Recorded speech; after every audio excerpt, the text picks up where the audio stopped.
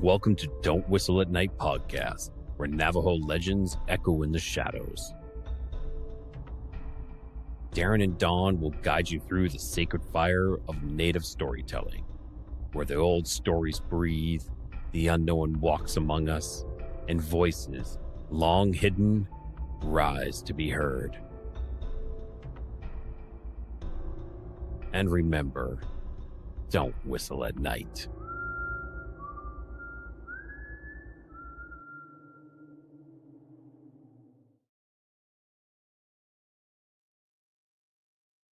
Hello, everyone. Hello.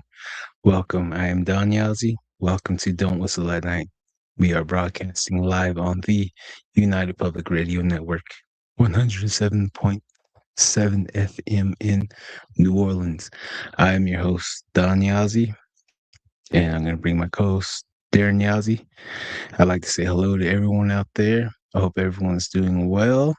It is 80 degrees here in St. George, Utah. So I hope everyone is having a nice, cool evening. And let's bring on the co-host here, Pine Hill's most interesting man. Hey, what's up, guys? Well, we got Rodney back, and it's always a pleasure to talk to him. Get his input on the world on his side. And this is what we're gonna do right now. Is this is different cultures communicating with one another. Which is a very unique thing. I never thought I would be able to do this, but hey, look at us now. So, yeah, let's do this. And let's go. All right. Yeah, like what Darren said, it is an honor. And communicating with another tribe, a brother and sister tribes, we're all family. And the more connections that we can make with other tribes, it'd be great for all the generations.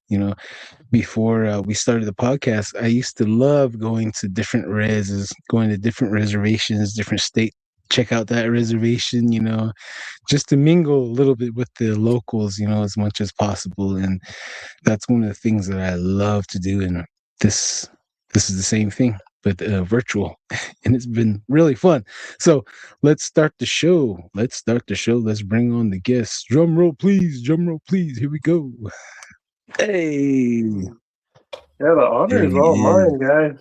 Just fix my camera a little bit. Yeah, need to do a little fixing too here on my side. Yeah, the honor is all mine. I never thought I'd be, have so many friends from down south, the Navajo Res, and the whole group that we've kind of created on TikTok. By the way, if you're listening from TikTok, okay, it's good to have you guys here. And I always feel honored when other folks want to talk about these things too. It's just one of those things where all of our stories kind of intermingle. They're really similar when you get down to it. And I don't know, it's just an honor to be able to do this. I feel you, Darren. Right. It's we put in a very unique situation. We get to suffer for not for ourselves, but for the audience that's hearing now, and the audience that's going to hear it later. Which is a very amazing thought that I usually put my mind towards. I think more of the future. So, I never really thought I would be right here, but hey, man, it's very unique. This life is still full of surprises, and I can't stop loving it. Loving everything, all the mystery in this world, and all that. We did a little collaborative talking with a couple of the locals out here again, and some of the stories, they're coming out of the woodworks, which is a very unique thing too. So I'm very happy for that. So where do you guys want to lead this off at now? Where did we leave off in the last episode? So we got spirits. What was that? The alcohol spirits and the generational trauma and stuff like that is kind of where we're at. That's one thing I think every reservation can relate on is these alcohol spirits. Where do they come from? What are they? Because they weren't from here. There are tribes out there, and the Apaches, they make they make their tolopai, their alcohol like that too, which is kind of passed down through the generations. But I can truly say that the Native American population are the alcohol is reaping havoc on the people. And even the name itself, spirit, where what kind of spirit, these ain't from here, and all of us can relate on the effects of alcohol. And everybody here can has their stories, their party stories, their stories that just go way out, and people just flipping out and tripping out. I guess you would just say that, just bugging out. And that's one thing I always wanted to talk about too, is when these when they black out drunk. I was talking with one of my friends, and he said that he blacked out drunk, and he drove to the casino. He didn't know how he got there, and who was driving. Well, it wasn't him, who had control of his body when he was out, when black from this alcohol. Whatever these spirits are, they're kind of explained to me like they're not biased. This is the only thing that's not biased in this world, is these alcohol. The spirit of alcohol wants everybody, women, men, children, you name it, it's out there for everybody. And it's the only thing that I came to believe is it's not biased at all when it comes down to it. It wants everybody and everything you have. And all of us, I'm pretty sure all of us can relate on that subject matter. This alcohol is reaping havoc on the population. I see it all the time. And then with them, come these entities like Rod has with the goat men. The goat, they're attracted to these what it does to the mind, to the conscience of the people around it, especially being new to alcohol, because alcohol was never here, and it's only been here for maybe 300 years, 200 years, give or take.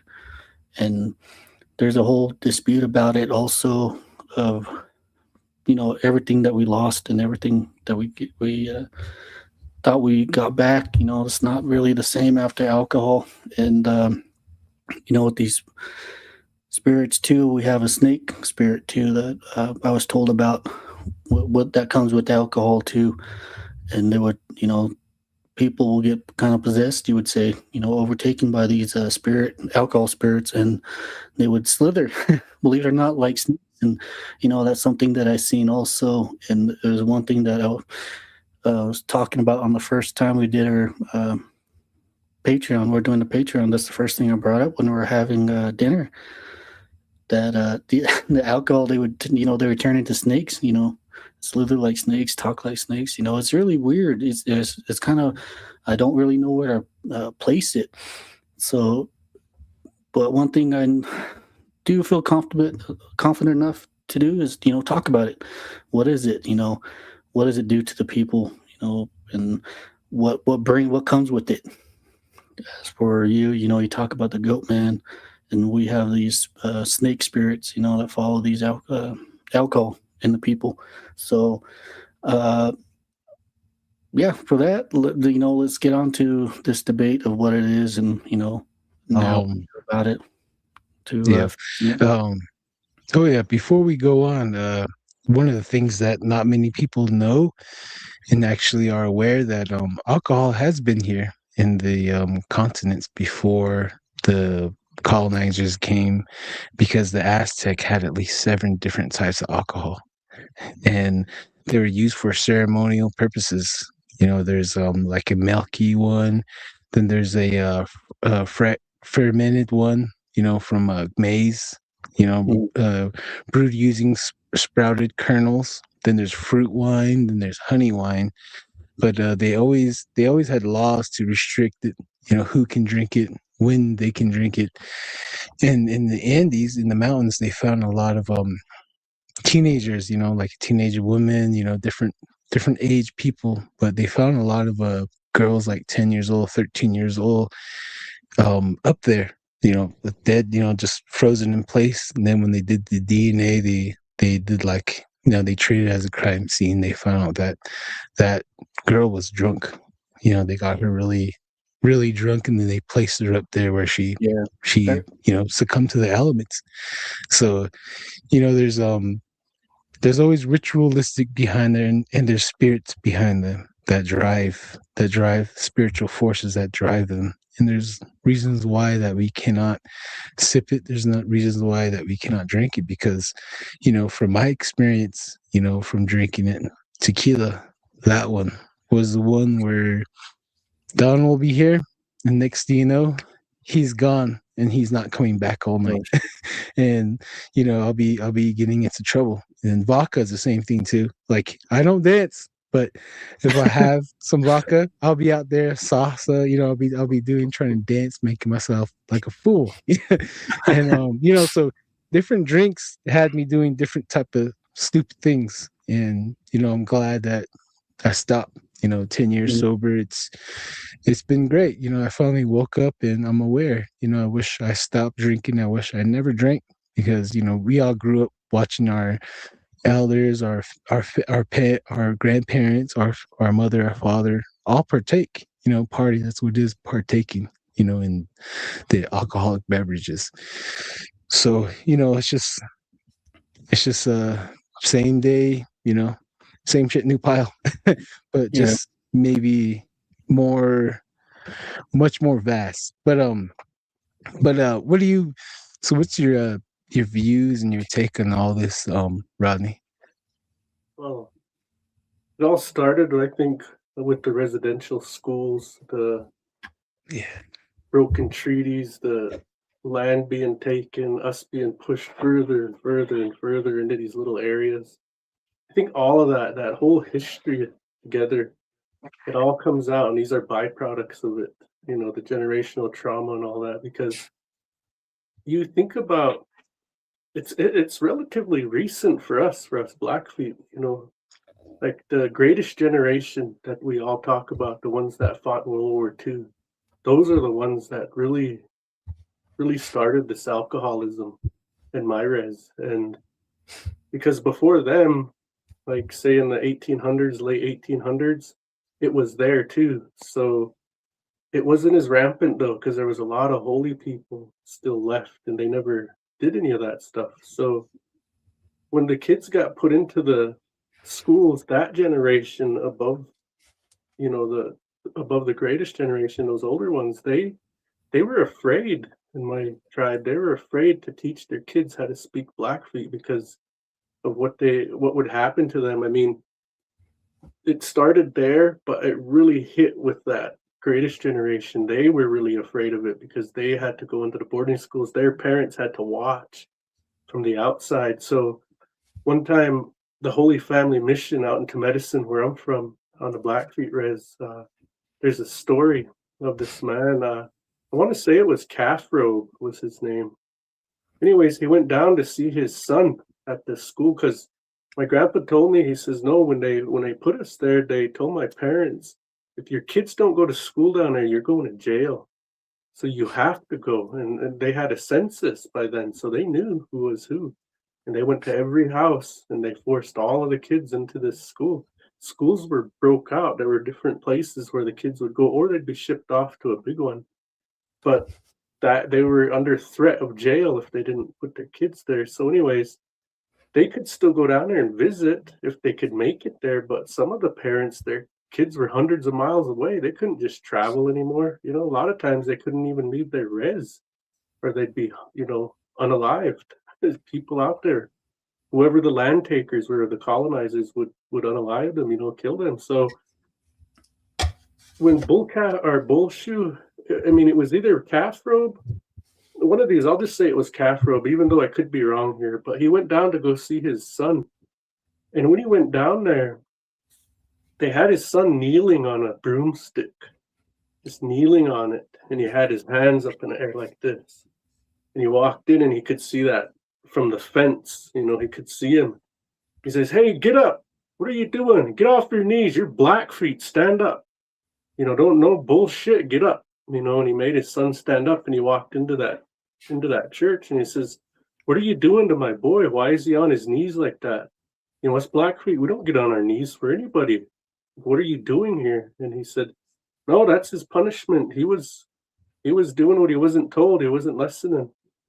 And he said, so you made him kneel on a broomstick with his hands in the air? What the hell's wrong with you? And he went in there and he beat the piss out of that priest, knocked him plumb under that table. So, I mean, even those little things they could do weren't much.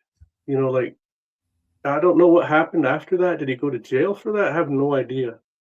But if those old timers got their hands on you for witnessing something like that, yeah, there was going to be hell to pay, but there still wasn't much. It was all traumatized. It was traumatizing for him to see his boy like that. But after that, that greatest generation, they're the ones who were really afraid to teach, like my dad and them. They were afraid to teach them Blackfeet. And so that kind of trickled down to us. Like a lot of us, our first language isn't Blackfeet up to this day. There's a bunch of the school that we have called Cutswood. The kids go there and they learn Blackfeet in there. But again, it's not the first language, but at least they're learning it today. It's more so, it's getting better and better with each generation. We're starting to come out of that.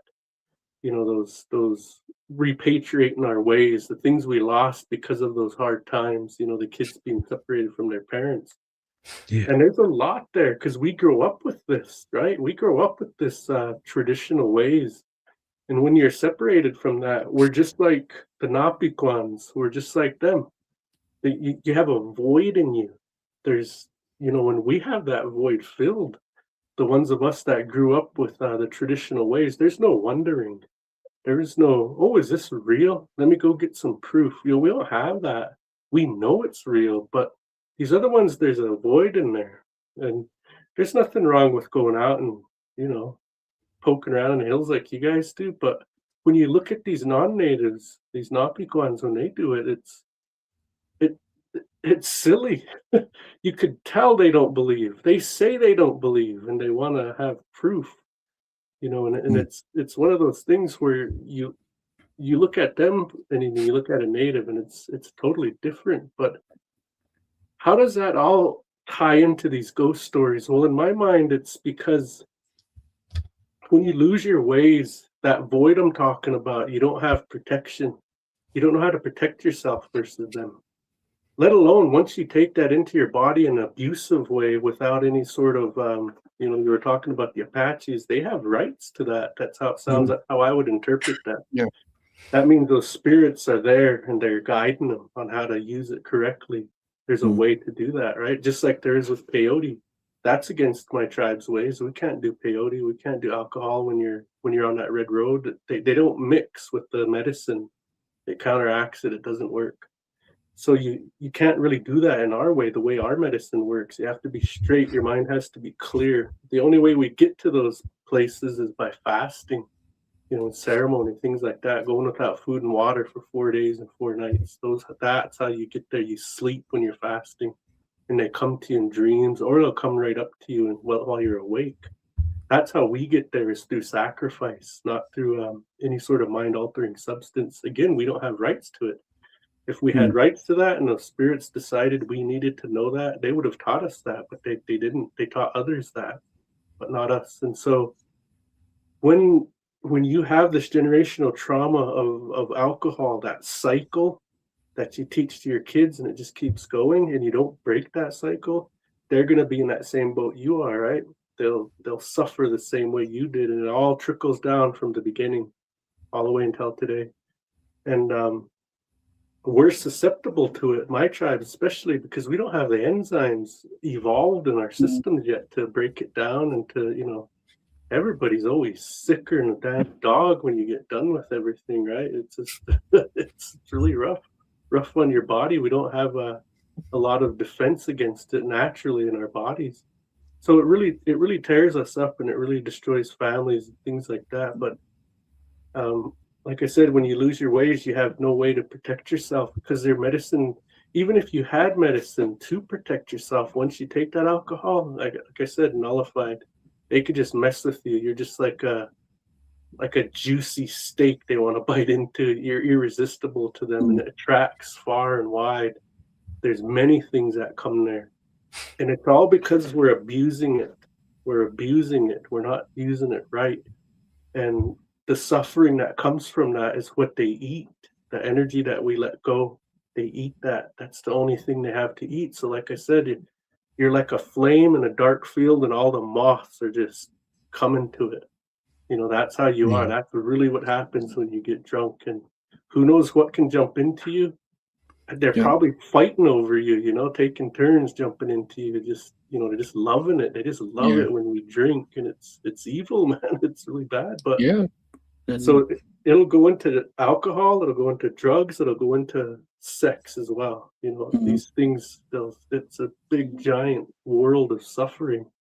And each one has got its own thing. Alcohol, they come to party with you. Drugs, they show themselves like shadow people, that's what I've noticed. Then with the sex, I'll tell you a story about that one that I don't hardly ever tell because it's so rough, right? Okay, so Mhm. this one's a mixture of drugs and sex together.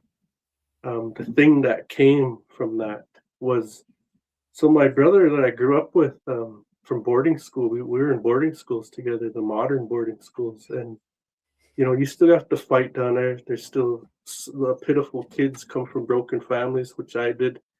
And so we go down there as a safe haven to get away from our home. Seeing your mom fly across the living room, seeing your dad knocked out with a telephone, that shit gets old, and you're scared, and this is a common occurrence. So we decide to go there where there's less suffering. All you got to deal with is boys bigger than you trying to beat you up. Right? It's a hell of a lot better than being at home, having adults fall on you and squish you and hurt you. Oh man, so it was better to go down there.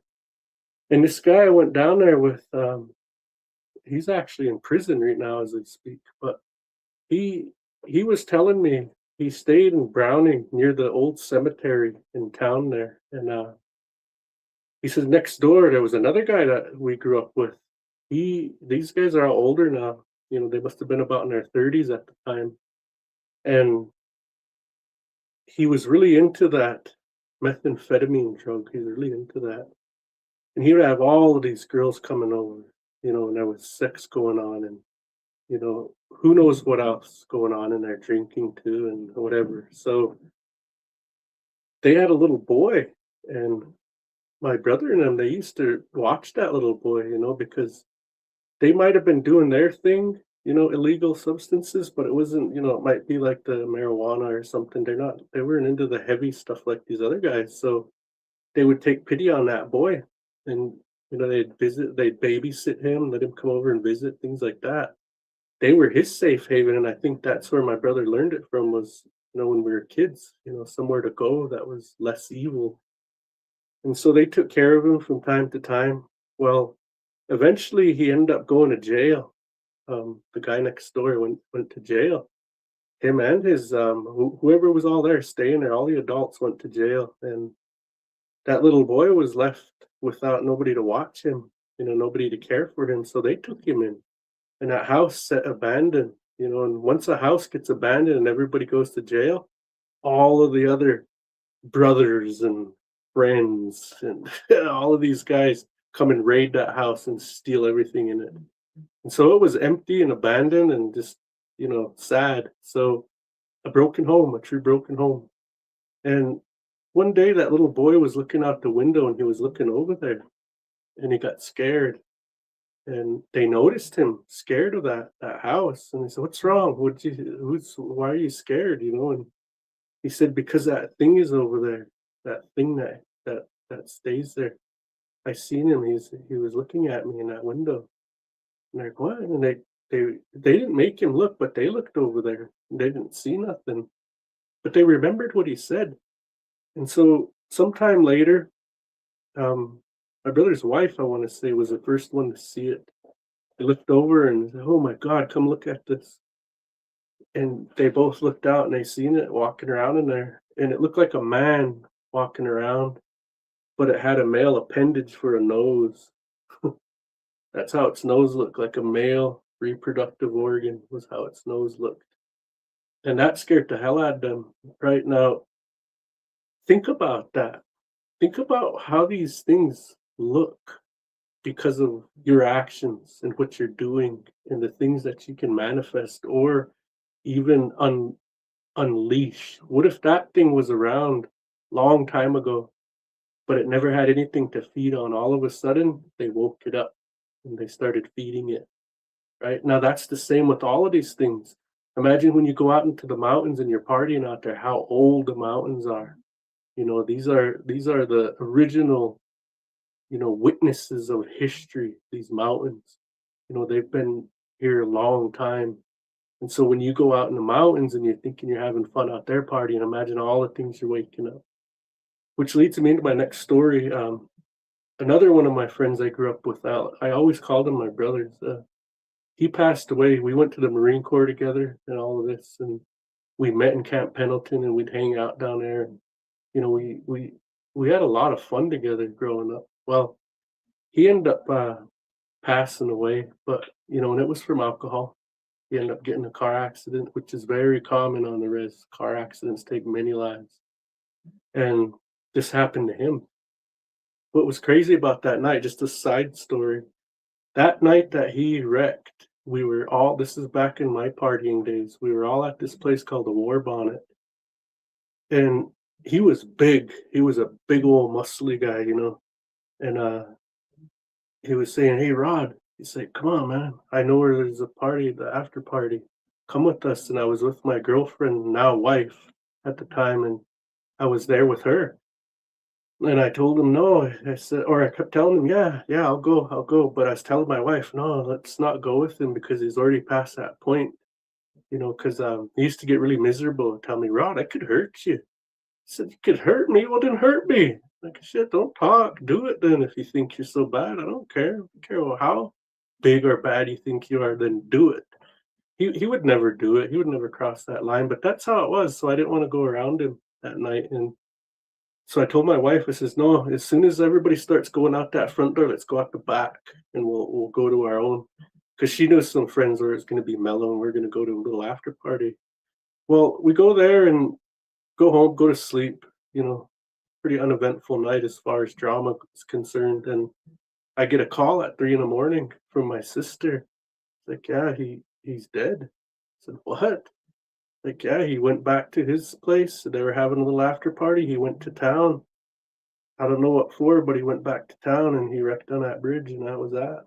So again, more of this tragedy because of alcohol. Well, he was also a powwow singer, and when he was younger, and he used to hit the powwow trail, going to all these different reses and singing. He sang with the Kicking Woman Singers, and when he went to, I just know the name of it, but I don't know the tribe there. The Bonners Ferry is the name of the res, and it's west of us through the mountains. Well, when they were there, they had a 49, and if people that are listening don't know what that is, it's a gathering where people basically just build a bonfire, and they all go out and they park out in the wilderness, away from town, away from everything. They go out there. And if there are drummers that partake, they'll be out there singing songs and people visit. It's just a party, basically, but kind of with the native spin on it. And so they're out there in this place where they always have their 49s. And where they're at is a group of trees, and it's kind of on this high ground. And there's a cluster of trees. They got fire up there. They got logs that everybody's sitting on, and big space for people. Well, there's this little trail that leads off, and he said he described there's some more trees over there, and that's where people would go to use the bathroom.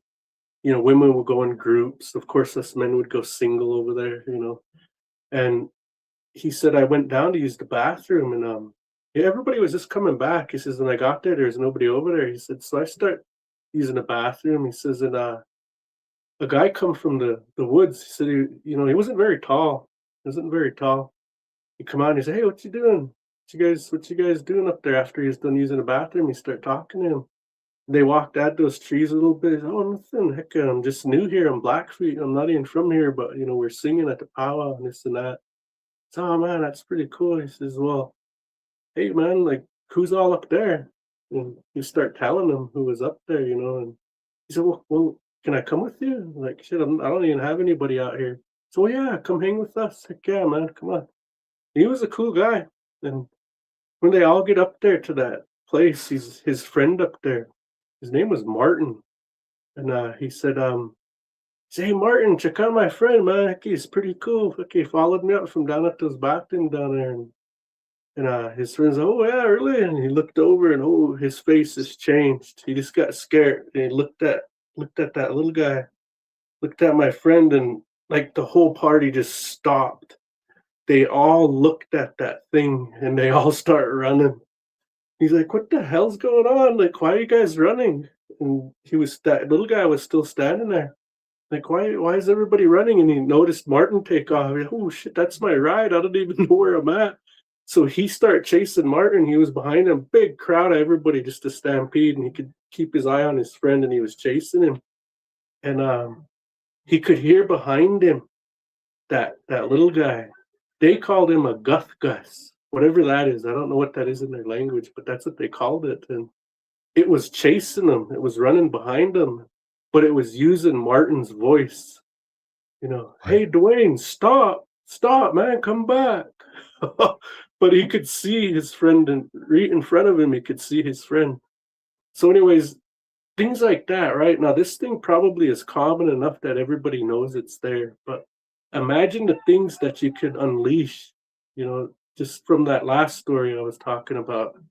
That one's ignorant, man. That one's just horrible, when I think about it. That poor kid having to stay in that house with it all that time.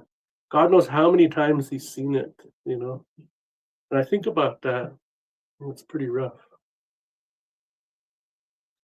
Man, do you think that was like a little person or duende or like an alcohol spirit, party spirit? Because I know on the res, like when people party a little too much, like over longer than 3 days, they're running from some kind of monster that they can see, or they'll be sitting down and they'll be like, shut up, be quiet. They'll be yelling at something that no one can see.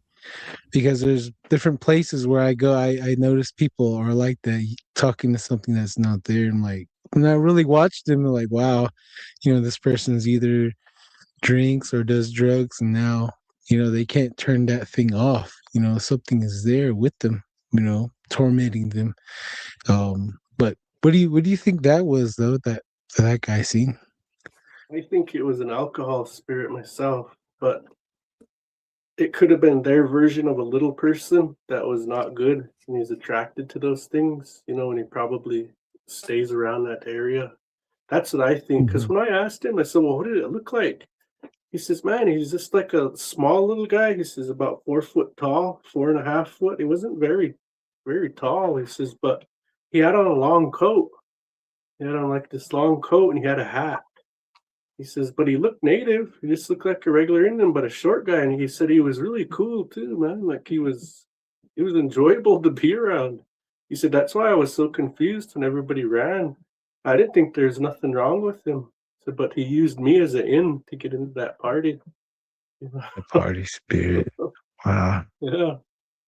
Wow. I know my aunt, sometimes she can see in the supernatural.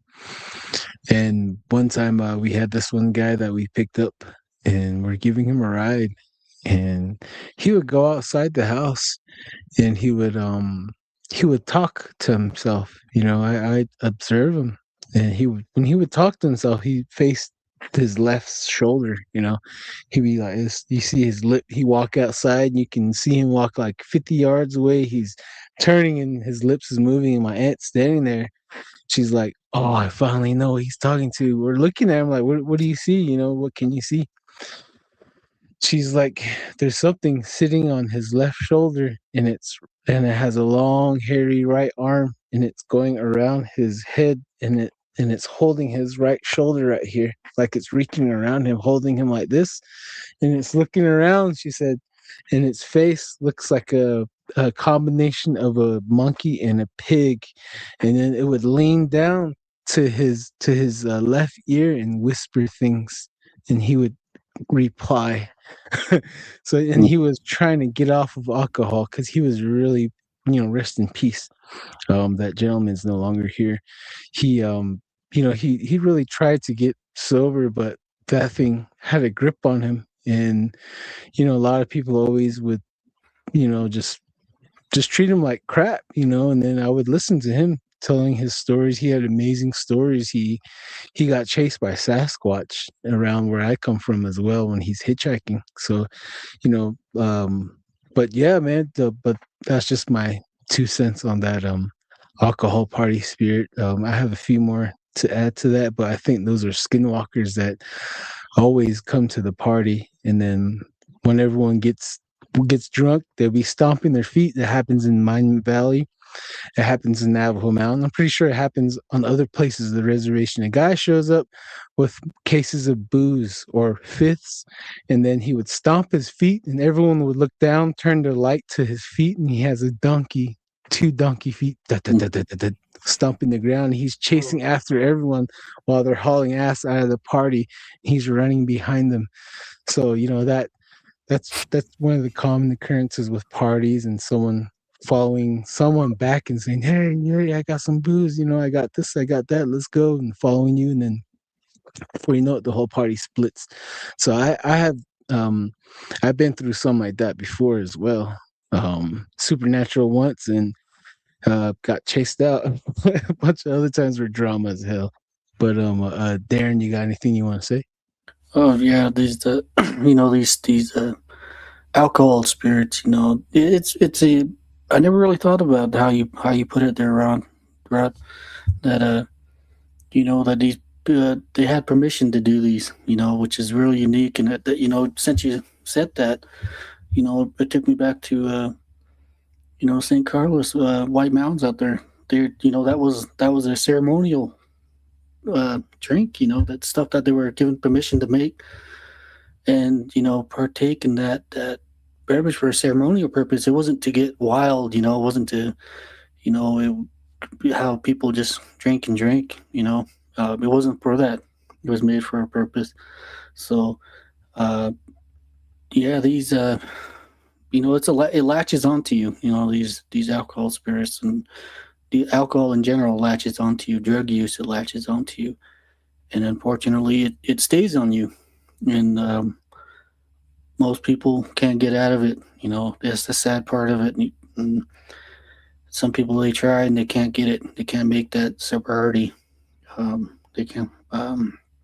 So that I see that, and it's sad. It's sad to see the culture slowly depleting just off these alcohol and drugs. I can remember the first time I came across meth. The first time I was maybe junior high when they started talking about it, that this man was using his excuse me, this might be a bit harsh, but was using his offspring as a battering ram against the police. And I was like, what? And it's terrible. It's horrible to even say, but even if you look at someone drunk, the drunkard, when they walk, they stumble, but yet they're still rolling around. Like, is this a puppet? Is this the you can see the strings, and you can see how limp they go, and their bodies kind of wander around. It's really an odd embrace on this alcohol. But I think this is could be used out there in the public too for out there in the different nations. It's good to talk about these foreign foreign drinks and foreign spirits like these, because they weren't new, but they were weren't abused. It wasn't abused. So yeah, as for these, these things also come with bribes. I also know one story that I actually told on TikTok of a prayer man that got cursed. Believe it or not, he got cursed, and he picked up a case, and he picked up a spirit with it, and that spirit was kind of ate the nails, and it ate the nails and the toenails, and to the point where it started eating the body. And doesn't that say something about alcohol too? Once you pick it up, it's a curse amongst itself, and it eats you. It eats you from the inside out. It only comes to steal, and to kill. Unfortunately, but it's an unknown object. Unknown foreign spirit out here, and there's no words for it. I can't really explain it myself. When you talk about it, like what is this? And even if for your Bible users, out there in Proverbs, they couldn't even the wisest men couldn't describe what it was, what it is. All they said was to just get up and go try to find more of it. And that's all they got. Is these wise men went is they couldn't explain it. This addiction addicts. And it really is taking havoc at the nations out there too. So it's good to talk about this. It's good to embrace it. Embrace the conversation, healthy conversation. And the Navajo Nation, I heard it is what was that word for it? They don't sell alcohol on our nation, I hear, but people still manage to find a way to get it. So, but yeah, it's a tough subject to talk about, but I think it is should be embraced to be talked more about it. So besides the the spooky aspect of it, and you get the spirituality, you get to talk more about this subject. So yeah, as for this, yeah, it comes with a curse too.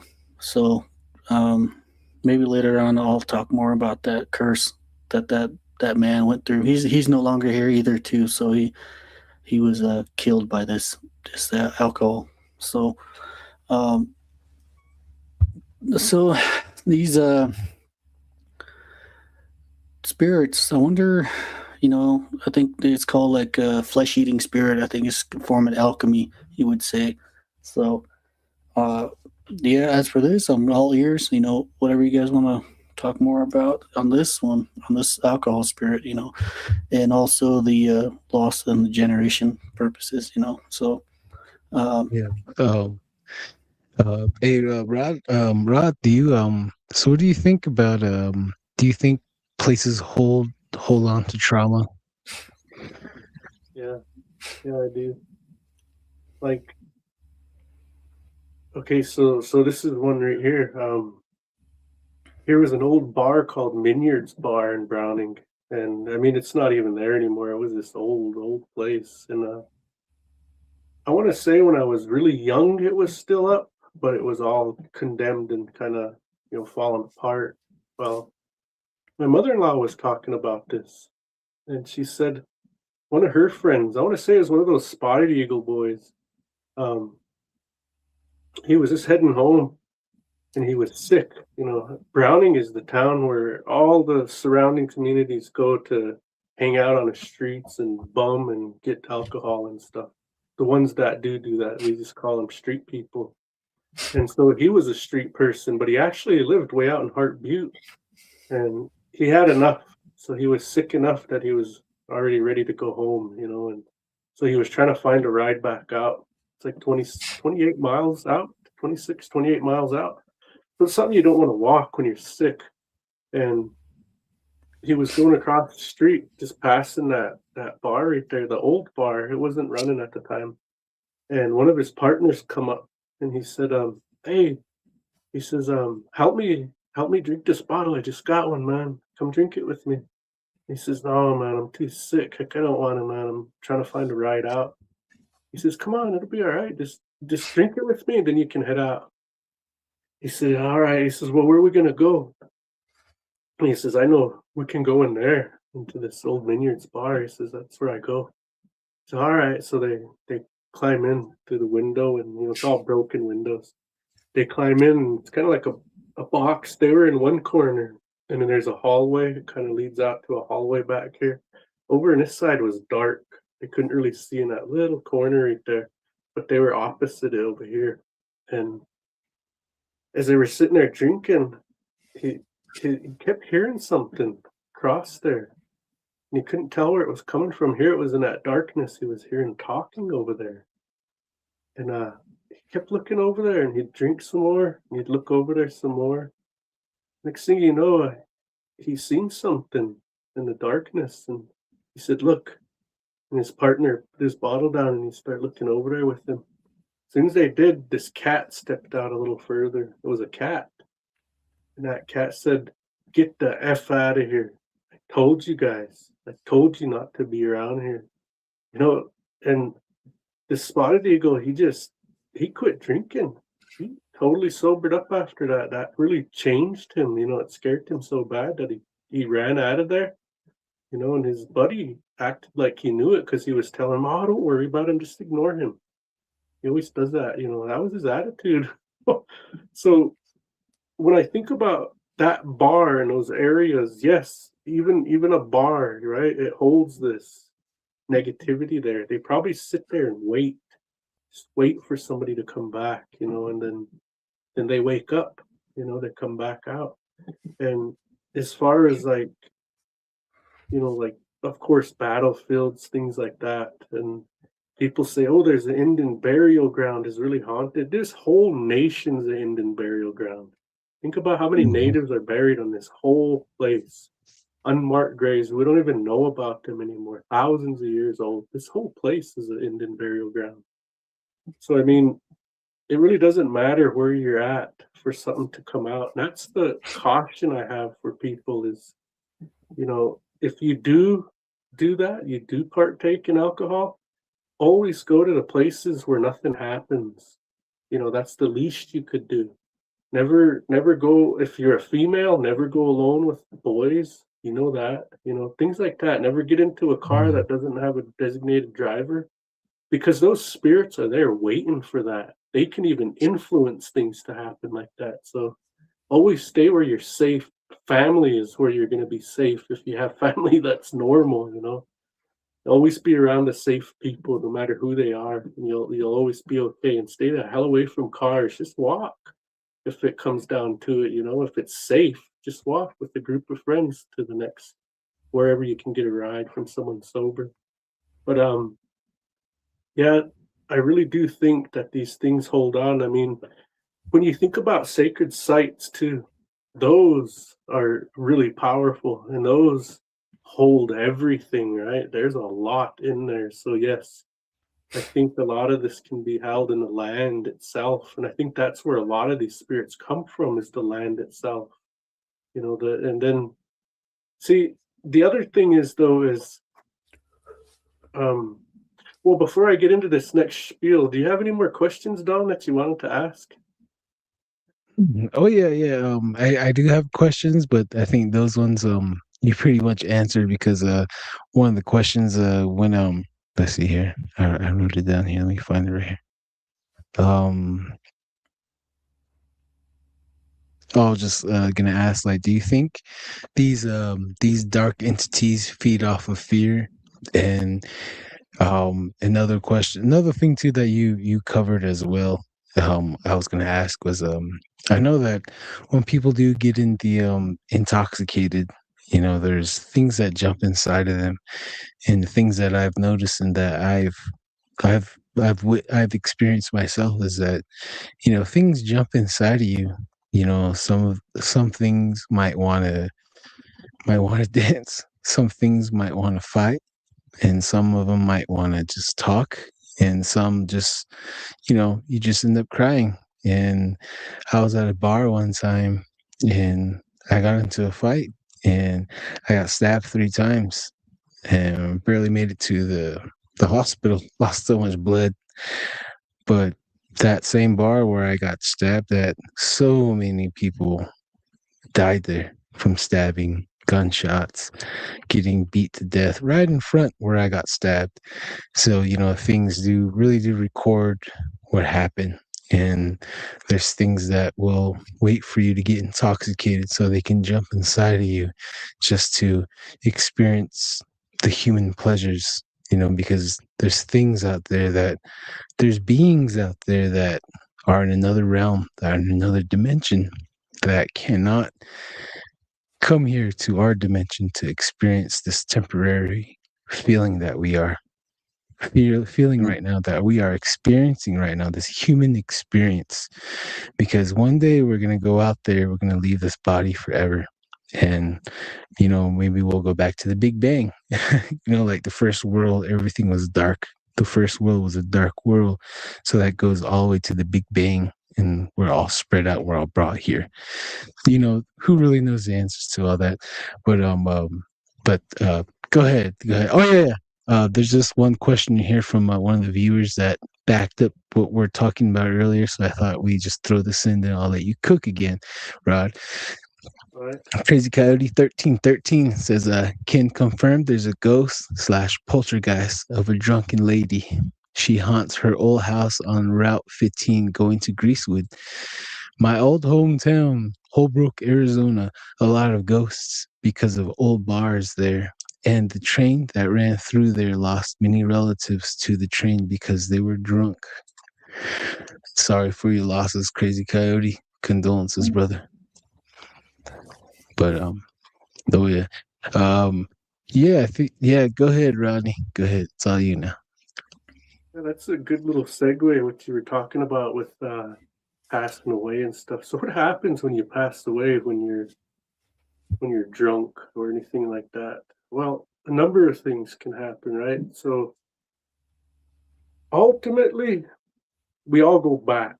We all go back to whatever you want to call it, to Sand Hills, to heaven, to whatever, happy hunting grounds, back to the light, to the source, whatever. We all eventually go back. We don't ever stay here forever, as our spirits. We always go back to that Sepastapeyu, the source of life. We all go back to that eventually. So ultimately, when you go back, you're okay. It's like passing away from cancer. You go on that side and you're healed. Everything's okay. We're back to the way we originally are as spirits. That's our real life. That's the future world we go back to, which is actually the past when you think about it. But we go back to that. So your body might have been drunk, but your spirit's not. So that's a good thing about it. There is a happy ending to even the most tragic stories here. So keep that in mind if you had people that have passed from this. And we all know those people. My dad is one of them. So we all know this, right? But that's what happens in the end. They get healed and they're okay. They look in on us. And they like when we talk about the funny times that we had with them. If you can invoke others' laughter and with stories about them, they really like that. Because the minute we're talking about them or we hear them, we're thinking about them, they hear us. And they're right there. They know. And so that's why when we're telling these stories, I always have my smudge with me. I never ever tell stories without it. It's like a little barrier. But anyways, so before you actually make it back, eventually, before you make it back, you can be trapped. You can be stuck. And there's an old story of when this woman, she passed away. And this was like in the Depression era. And I don't remember the names. She passed away and they called in all the holy people to come in and try to help her, to revive her. And they were successful. They end up bringing her back. But this is a really, it's got to do with medicine too, right? The medicine that he sought out. And in lieu of telling it wrong, I'll just skip to the end because I don't fully remember it. Well, anyways, when she came back, he had restrictions on what he could do. He couldn't strike her or anything like that. There's a few others that he couldn't do. So he had to live just a certain way or else what they did would be undone. But what really stood out to me is when she came back, he asked her, "Where did you go when you died? Before they brought you back, where did you go?"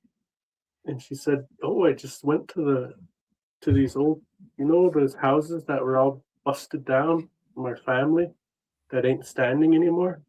Well, on that side, they're all still standing. And I went there. I went to my family and I was living with them. I was going to stay with them. And then I got called back here." But that always stood out to me. So when you do pass, what happens if you're like that? You might go back to where you realized safety or where you were comfortable. But see, that's here. That's here. Like your what I'm saying is it's your consciousness from here.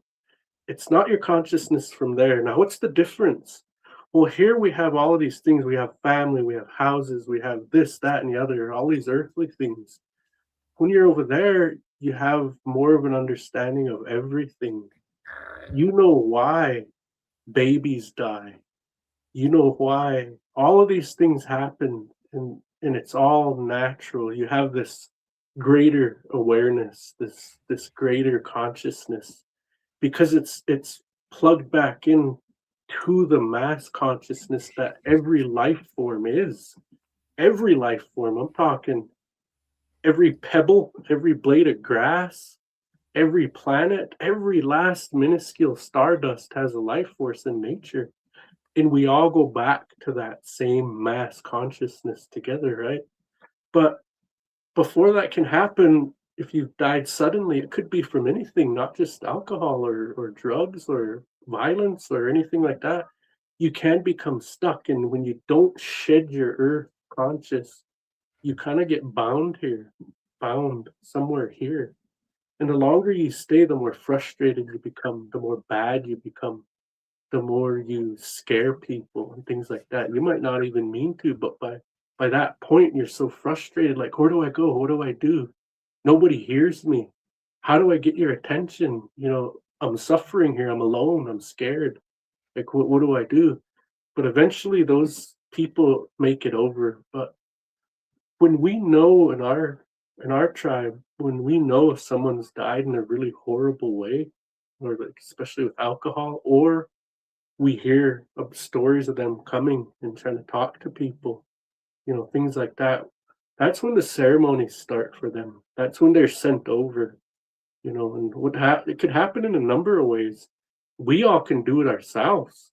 We can pray them over ourselves. Each one of us can do that. It's just a matter of, is somebody going to do it? Do you know that you even have to do it? That's the problem. They're suffering and nobody even knows. So I would say it's just good to pray for all of them. I do when I see things like that happen. So, for instance, this kid, we were going out to Heart Butte, and boy, it was bad. It was a bad accident. But man, we tried to save him. We tried to save that poor kid, man. God, we just couldn't. So I go back to the vehicle, and my wife stays there, and she's a nurse, and I'm just helping with whatever I can. And it was cold, and he was laying there, and he was dying.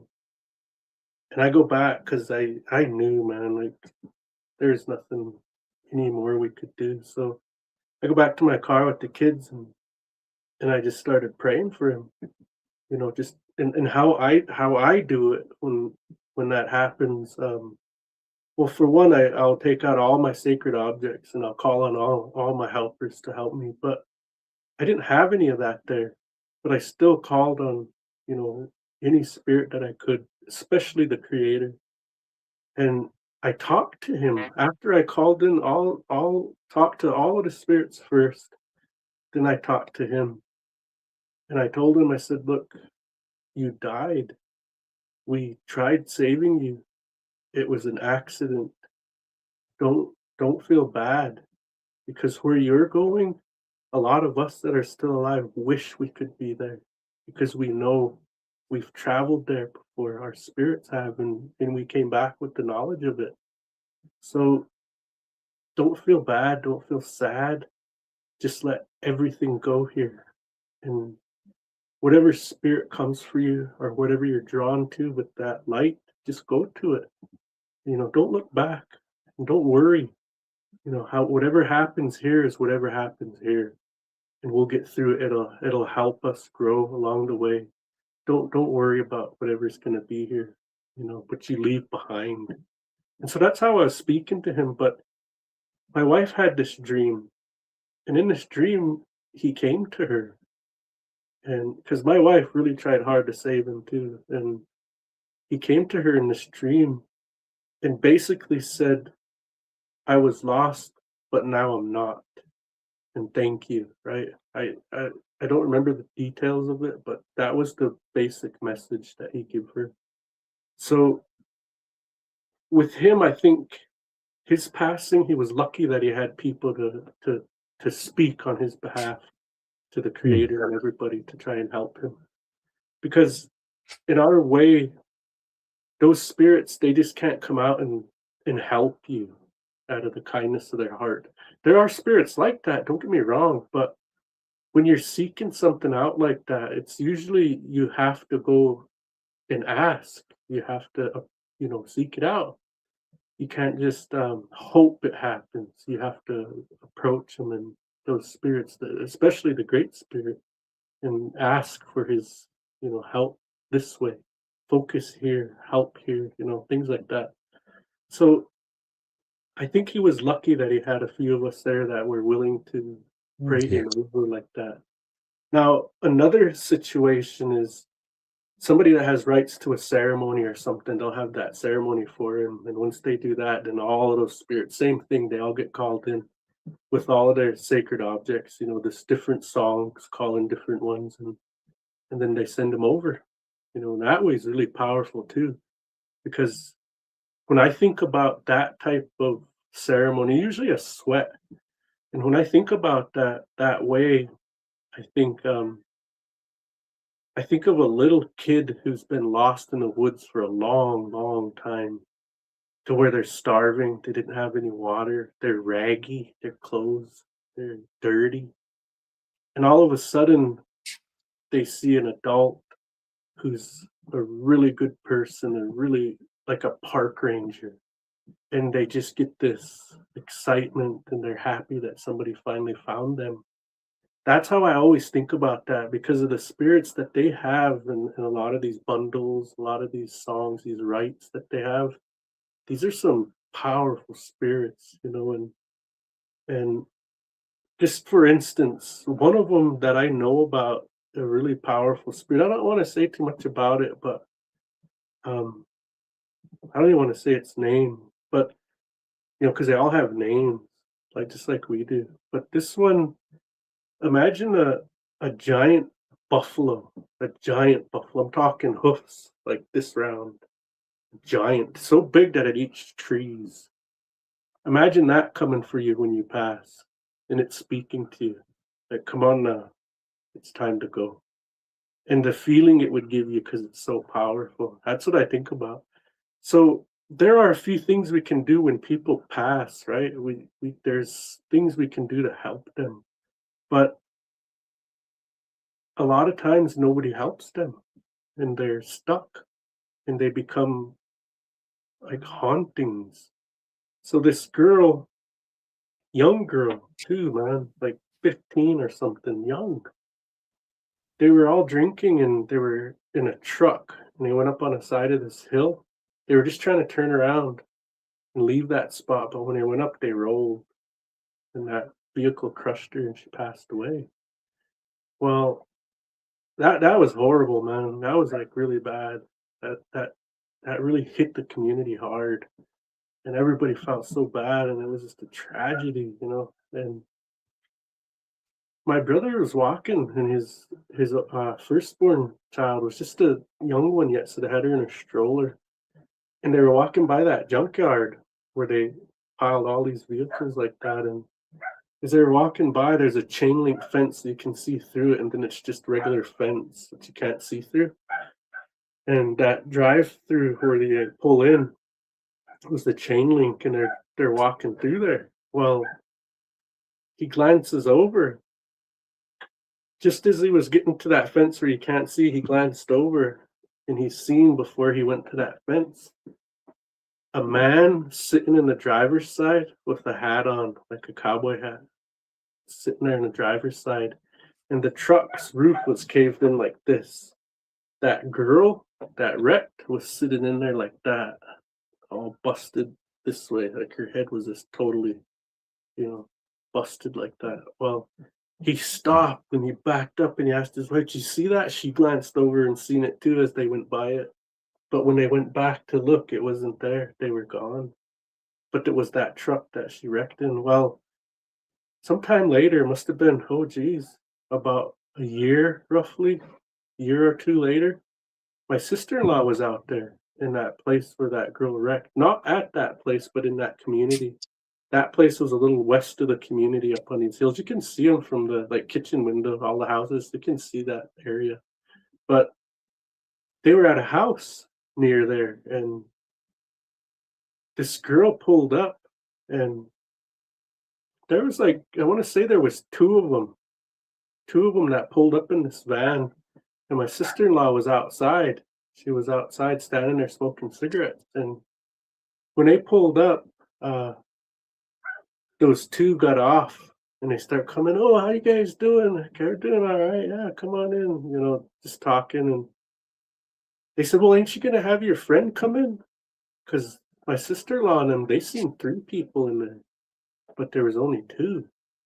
And when they said, "Well, wait, no, there's only us two. Like, what are you guys talking about?" They start getting scared. It's like, "No, there's three. She's still sitting in there. You guys gonna go get her? Like, go get her. Oh, these guys you're rude." They're like, "No, no, there's like nobody with us." So they all start looking in there. Man, it was that girl that wrecked.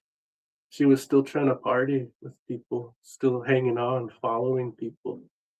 And I think somebody eventually had ceremony for her. I think, if I remember right, Arlen Potts was talking about that. I think somebody might have had a ceremony for her by now. But anyways, they stay, depending on what it is. And in this case, alcohol, like the topic we're on.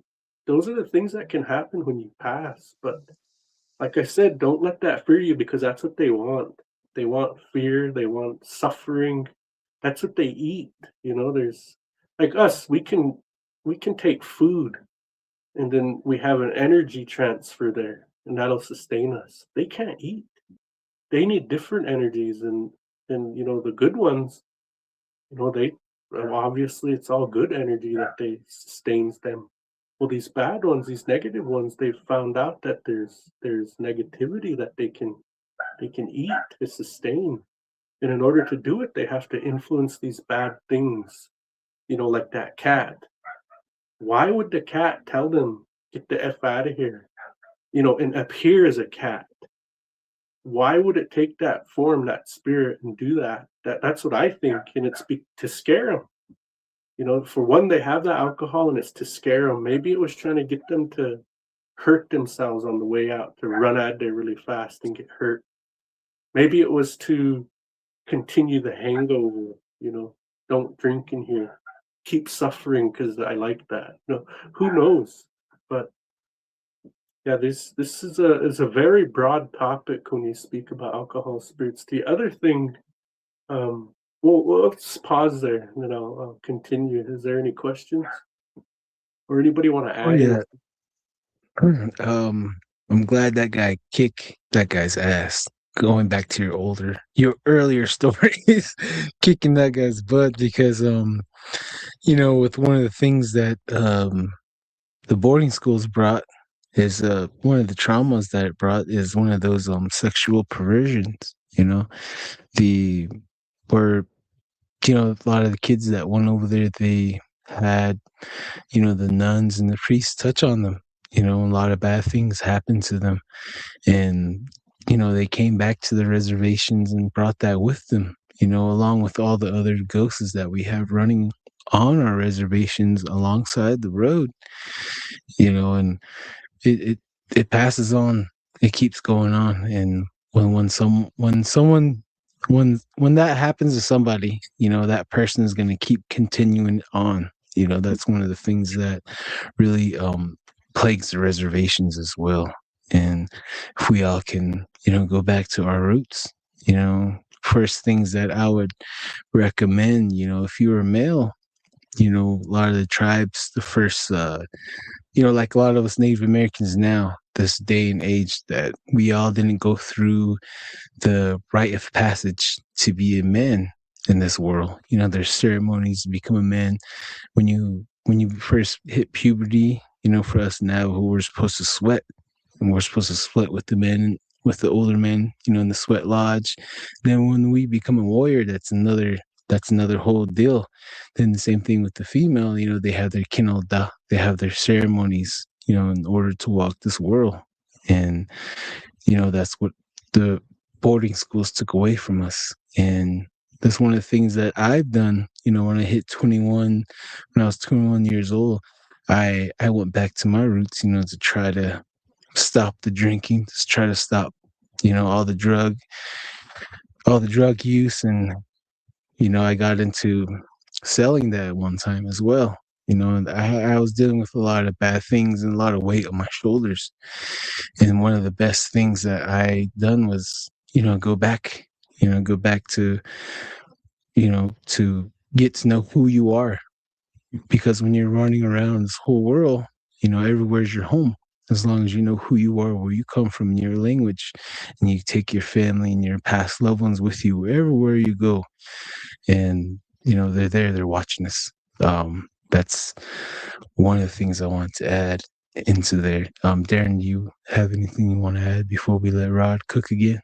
Yeah, the the old generational curse. You can see it in movies. I think Reservation Dogs did a pretty good one with it was a generational bondage that goat lady, the goat woman, deer woman was displaying. All the hurt from the boarding schools and all the the pain that people were suffering. She was she was depicted as bad, but I like how they put her dear woman in this one. And also another movie, the new one, the little series, the generational curse, generational grudge, or however you want to put it, that this clown character, he picks what scares you most. As when it came down to the Native Americans, right there, it was the church, it was the Pope. When they seen, so when that clown dressed up like the priest and was actually, and everybody was scared. It's hard to explain. When you picture the America, they picture Christ. They see the all loving God. The all loving Son. But that was never shown. Sadly enough, that part was never shown to the Native Americans. And they were, once they seen that, they ran, because they weren't good. So that's all the generational thing. And that's all. Right now we're just we're still beating that. We're still fighting against it. And or my parents suffered, their parents suffered, and it's a generational thing, and I'm next in line. So the best thing we can do is talk like this and break these these curses, especially for the broader audience out there. Have them especially the non-natives, give them let us tell you about it. Let us tell you about how it is and what it's like, instead of reading a book and say, oh yeah, well it says right here. Like, no, that's not how. That's written history. Most of the history of the Native Americans were never written down, and there was always talked. It was always spoken one to another. So that's one thing I always wanted to do. And even when you talk, when I listen to your podcast, Rod, you talk about these alcohol spirits, and I just always wanted to, bring that topic up, and these spirits like this, and now it's done, and I'm pretty sure it's not complete yet. So, let's keep it rolling, dude. Let's keep it rolling. Before we go, Rodney, can you remind everyone where they can find you? Yeah, I'm on Spotify. It's Lodge Tales Podcast. I'm on Spotify and Spectre Vision Radio. That's where I always say to go there first. But yeah, there's Spectre Vision Radio. There's Spotify, Audible. It's on there. Anywhere you get podcasts, YouTube. And also there's a website, lodgetales.com. All the episodes are posted there as well. But if you want the bonus episodes, that's a patron-only thing. So you got to become a member there. It's $5. Do your little binge and then unsubscribe. It's that simple, and then wait for more. That's what I always say. you don't have to stay subscribed every month if you don't want to. But yeah, that's where I'm at. Nice. Awesome. Thank you. One of the I had a question here. I'm trying to find it. I have a bunch of notes here. Oh yeah, is there like any stories that during your podcasting, is there any stories that was told to you that you're hesitant on sharing with the public? Yeah, the one that I was hesitant was that one with that sex spirit or that thing. I don't know what that is. When my brother spoke about it, he referred to it in the non-native way. He said a sex demon. So I don't know that one. I'm always kind of hesitant to talk about, but I rarely tell those stories. And also, I had a couple experiences that I've never told that I'm hesitant about. Aside from the podcast. But as far as the podcast goes, you know, because it's on a podcast and I have permission of the folks to publish these stories, I've pretty much put it all out there. There's nothing I've really edited out as far as a whole story because it was too intense or anything like that. The goat man terrorizes a family. That one I had to put a disclaimer in front of. I warned people like, man, if you got kids, put them to bed before you listen to this one. This one's pretty rough at times, so be prepared. That was the only one. But yeah, if anybody's interested in that story, it's about a woman where the goat man followed her from Arizona all the way up to Alaska and terrorized them in Alaska. It's a rough one, man. It's rough. But one story that comes to mind as far as my personal side that I don't think I've ever told on here anywhere is and I'll do it here. I'm always giving you kind of first crack at things, it seems like. But hey, we help each other, right? Oh yeah, appreciate So it. when I got out of the Marines, I joined the Arctic Infantry up in Alaska, and one day I got a DUI, and it was baloney how I got it. Somebody stole my car. I had a designated driver. We went into the store. Someone stole my car. I ended up getting the car back because the guy who stole it just drove around the block, and I jerked him out. And I didn't beat him up, but I jerked him out, and I got in to repark. And my designated driver was still in the store, and I got a DUI. It was baloney. But anyways, they didn't have a county jail kind of thing up there, so they had this correctional facility. I went to prison for 3 days in Fairbanks, Alaska, when we had a 4-day weekend. Our first 4-day weekend, I was ordered to report to prison.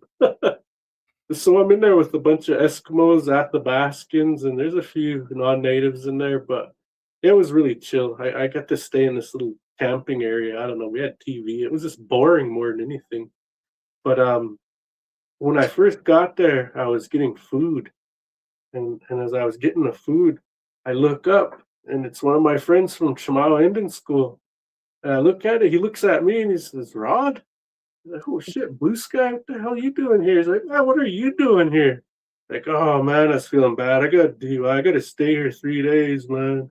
He just bust out laughing at me, and he said, "Man, I got 7 years. I don't even want to hear it, bro." He says, I'm close to my end, but I had 7-year sentence here.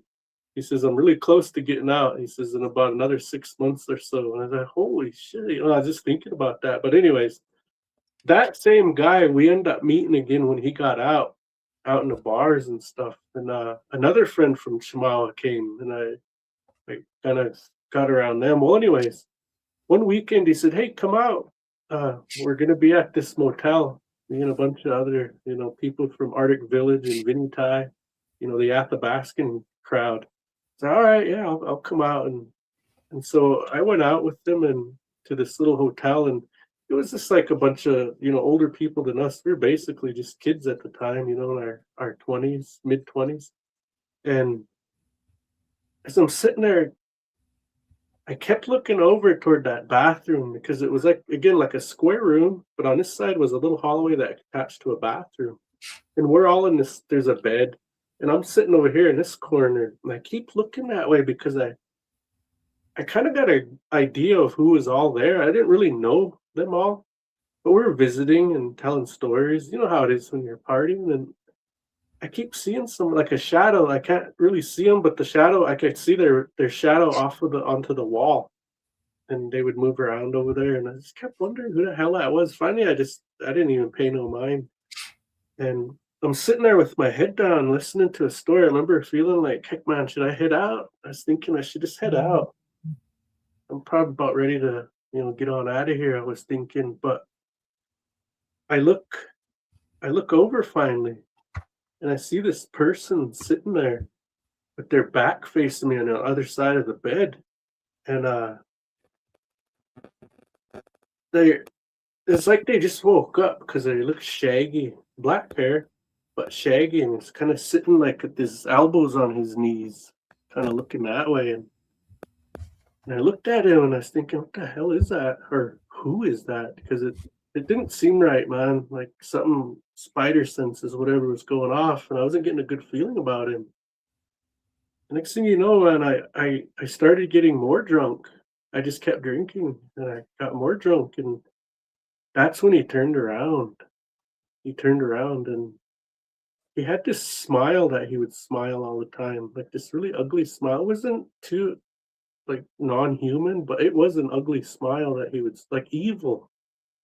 And he would look right in the face of one of those people. Like I remember this lady was sitting there on that side of the bed, and he was kind of on this other side of the bed. But he would, as he was sitting there, he would just look right into her side of her face like that and smile big, like really big. And then he would look at me like that.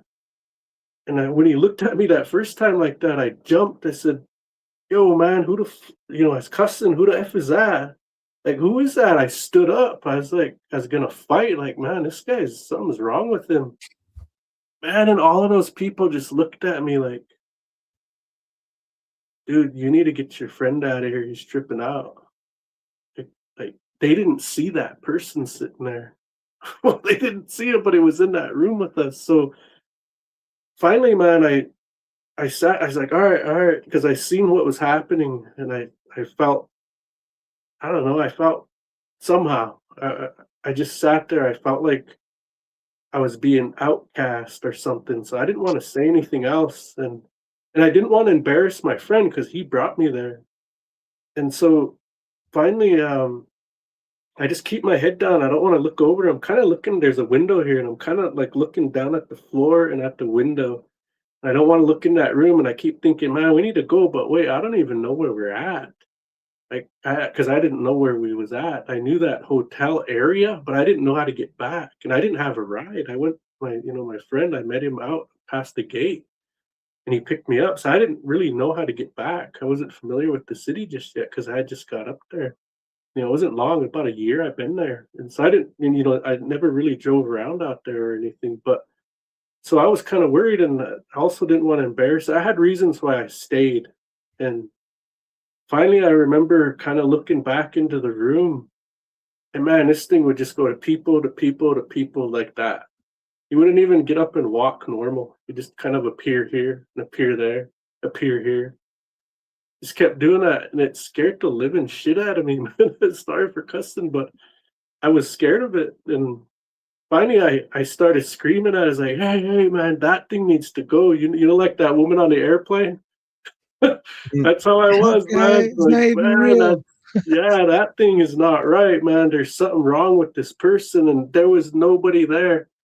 Finally, this old man kind of spoke up. He's like, "Hey, Blue Sky, man, I don't think you should bring your friend back around here anymore." And so I left, and by the time I sobered up, I realized, man, those people have something around them, and they don't even know it's there, man. Like they have no idea what they're partying with, but I seen it. So anyways, there you go. I've never told that story because I don't know, it shook me up, and it kind of, I guess on some level embarrasses me too that I allowed myself to get like that and be in a spot like that. But I don't know, that was one that I didn't. Was that your first? Oh yeah, man. Glad you're okay though. But you kind of covered what the next question, the follow-up one was what was your first encounter or your first experience where it really woke you up to knowing that the other side is real and the spirits that we can't see are real? Where did it make you realize that? When, Well, I should say. I was just a little kid, and it was the owl speaking Blackfeet. Remember that Oh story? yeah. That Oh was yeah. the first time, and I think everybody's heard that story. Did we Mm. cover it on your previous episodes we did? Yeah. Your So, first. Yeah. but thinking about like in the context of alcohol, the first paranormal experience I had that really woke me up to their power was after my grandpa had passed. This was about, let's see, I want to say my grandpa passed in 2001. Yeah, somewhere in there. Well, this was about 2004, roughly. And I was home. I was back home. I had gotten out of the military and everything. And I was staying with my dad at his house, that house full of alcohol spirits, but I was staying with him. And I remember we just had like a 18 pack and we were drinking beer. And I said, we were just visiting, and finally, heck man, I just couldn't quit thinking about my grandpa. I was still mourning him, after all that time. And I thought, well, I said, Dad, I'm gonna go over to the campgrounds. It's just across the street past the museum, uh, parking lot and stuff. And I said, Dad, I'm gonna go over there and I'm gonna go into those announcer stand where Grandpa used to always sit. I said, I'm gonna go over there and I'm gonna set this all down. That'll be it. I'll quit feeling bad about him and everything. And he says, all right. And this was, we had been drinking before this, but this was like our last 18 pack. And I reach in there and I grab one so I could walk over with it. And it was dark. It was at night. Must have been about midnight or so. And when I reach in there was three. So I took one. There should have been two left. And I head out. I go back over and I'm in that arbor and stuff. I do my little thing there and I tell my grandpa, all right, that's it. I'm done with this. I'm not carrying this anymore. I'm gonna let it go. And so I came back, and I remember keeping my can because I didn't want to litter. But I had drank it up by the time I come back and I cross that street and I go back into the house. I put the can in the trash and my dad's still sitting there where he was at. And so I open that fridge and I reach in there and I grab another one out of there.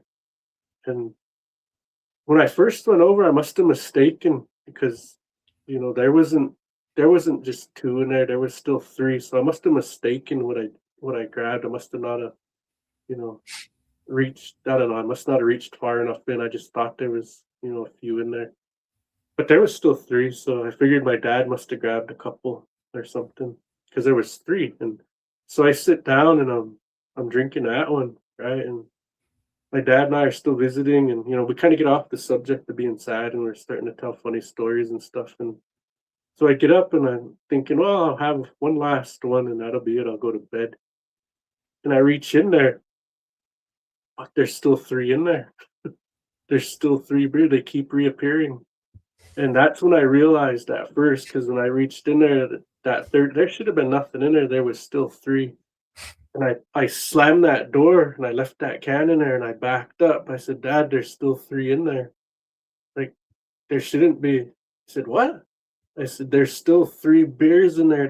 They keep reappearing. I don't know how it's happening, but it is. And I was scared because I knew there's a bunch of alcohol spirits in his house. And he says, hey, wait. He says, when you headed over, he said, I reached in there and I took one because he still had his one. He says, I took one and I stashed it for a sick beer, he'd call it, for the morning. He said, so there should have only been one. And when you got back, you said there was still three in there. And then you drank one and there was still three in there. We start figuring it out. And that's when I realized, oh my God, man, these things are powerful. They can do this. I've heard stories about it and it's really happening, man. Like, God, it's real. And so my dad, he said he always told jokes to, mask any sort of, anything bad. He always tried to tell jokes like a defense mechanism. Well, he made the joke, see, because my other cousin was laid out. They're all alcoholics. He was laid out in that other room. He was hungover and he was sleeping it off. And he says, well, I tell you what, he says, let's just drink these. And if we dig back in there and there's still more, he says, we'll just spill it all out. He says, either that or we'll wake up Greg and have him help us kill these off. They just keep reappearing, you know? So, I mean, that's kind of how my dad took that, but not me, man. I was shocked. That whole night, I thought about that and I thought about that. Because the story that always stuck with me was the one my aunt told me. My great uncle, who was a holy man, he was a Korean War veteran, and he drank a lot, you know, in his younger days. Well, when my grandpa went to sober him up, you know, that there was still alcohol. He spilt all the alcohol, cleaned his house. He was laid out in that room. And when he finally woke him up, he says, go get that bottle on my table. He says, I'll go with you to town, but go get that bottle. He says, there's no bottle. I spilt everything out. I know all your hiding places. I did your dishes. I cleaned everything. It's going to be good. I'm taking you to town to sober up. There's no bottle. He says, yeah, that man brings me one every day. It's right on that table. So he goes out there, and sure enough, there's a brand new bottle. Brand new bottle. My grandpa had cleaned that table, everything. There was nothing on the table but that bottle. And that kind of freaked out my grandpa, but my grandpa just spilt it all out too. And he says, bullshit, you know, baloney, you're coming to town. And so he made him go to town. But though that was those alcohol spirits knowing that he was going to become a really powerful holy man, heal a lot of people. He's known all over in the north up here. Still to this day, people talk about him, you know, different tribes. Recently, I heard a Mandan, a Rikara, and Hidatsa man talk about him. I've heard Crees talk about him. You know, I've heard a lot of different tribes he was known. And so they knew he was going to become this really powerful holy man. And they were trying to keep him drunk, right? Now, that's the other part. Most of the people that get on the red road and they follow the path and they get, you know, certain rights to medicines and things like that, and they're doing good. It seems like a lot of us all started with, you know, really rough lives. Alcohol, especially. We were all drunks at one point in our lives, and we've all come back around, and we left that, and we're following a higher path now. So for the people that struggle with the alcohol, just to remember that when we're at ceremonies and we see people coming in and we know they've been drunk a long time, we get happy to see you, man. Like, we get happy to see you. And we'll do anything to help you along your path.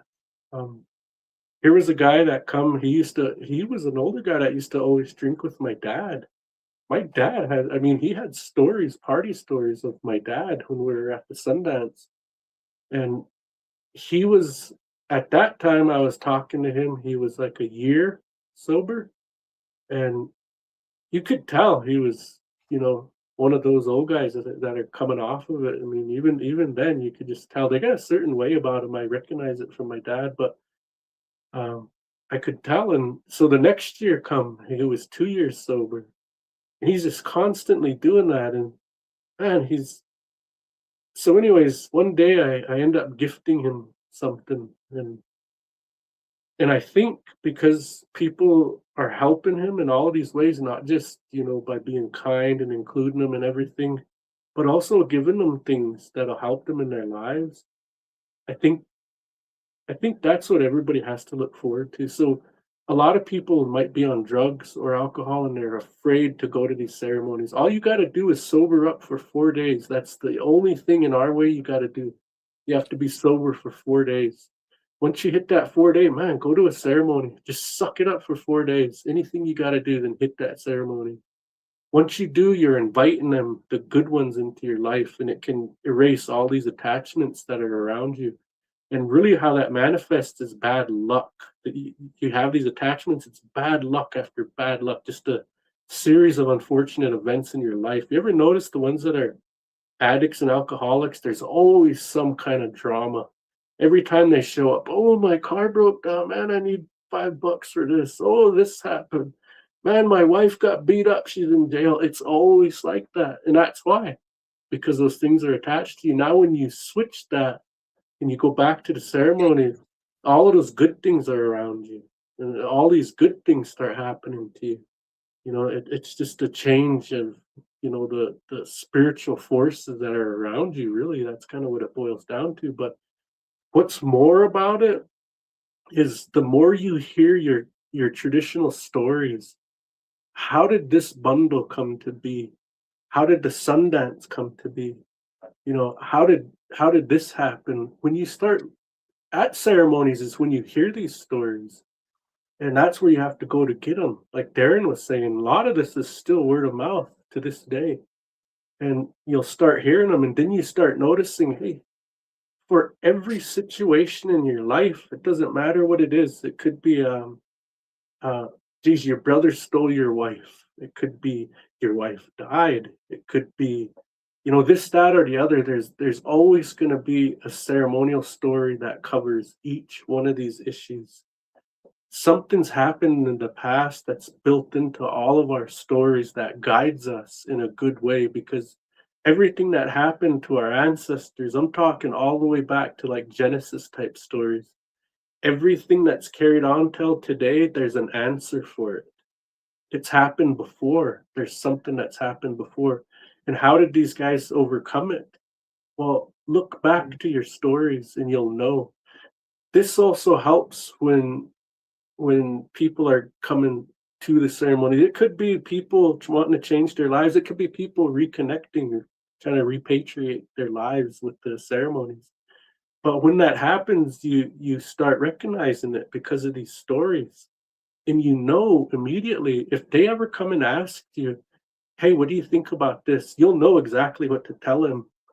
And you're in this position to where all of a sudden you were this no good kid. All of a sudden you're giving meaningful advice to somebody that really needs it, right? So there's always a progression that happens if you stick with it. And it's one of those things where it only, like for me in my personal life, the Sundance is only one time a year, and man, the whole year I miss it. I miss everything about it. The whole year I yearn for it, and I'm excited to go. And every year since me and my wife have been attending, more and more has been happening for us. More and more things have progressed for us as well. So, for instance, this year we're in charge of the cook camp, so we'll be cooking for the whole camp. For me, that's an honor. I mean, who who gets asked to cook for a Sundance encampment? Well, I did, and so did my wife. And the people that get asked for that are good people that everybody doesn't have a problem with, that want to be there and come around, because a lot of your intentions and your energy goes into that food, and it has to be good. You can't just have anybody do that. So, and I understand that. So for them to ask me that for one strengthens my resolve to stick with it, to always do good, to always try hard, to never give up, to never judge people, to always give them a chance, and always help the downtrodden. That's just, having that happen reinforces all the good that I do in my life. And I do this good for, the things out, that I never speak about. Paying lights for somebody that got their lights turned off, helping people buy diapers. I don't talk about that. It's only between me and that person. And I don't ever ask for anything back. Ever. In my life, from now going forward, I have totally changed. I give more than I take. Always. Always like that. And I sometimes I'll stand back and I'll look at my life. I'll be like, damn, what am I going to get? So no, I'm joking. But what I really do is I look back and I notice that because I've given so much, it stands out to me. And I can't change it. It's ingrained in me now. Like I can't change it. When somebody is suffering or anything like that, I always try to give whatever I can. I'm talking like advice. sometimes, like one of my cousins just lost a son. Can you imagine losing a child? Oh my gosh. Man. I was Mm. able to give her advice, comfort. I was able to love her on a deeper level than I ever could without being in these ceremonies and knowing what I know today. I was able to give this to my cousin, and when you give like that, man, there's no price tag you can put on something like that. That is something real intimate and real special, and I recognize it. So, all of you that are trying to come back because of alcohol and drugs or whatever, or you don't know where you're at in your life, just go speak out your old ways. Go hang around those elders. Just change the crowd. Once you do that, then you'll start changing yourself and it'll become easy. All that negativity will stop coming to you. All of it. The minute you try to walk away from it, you watch. Everybody's going to show up with it. They're going to tempt you.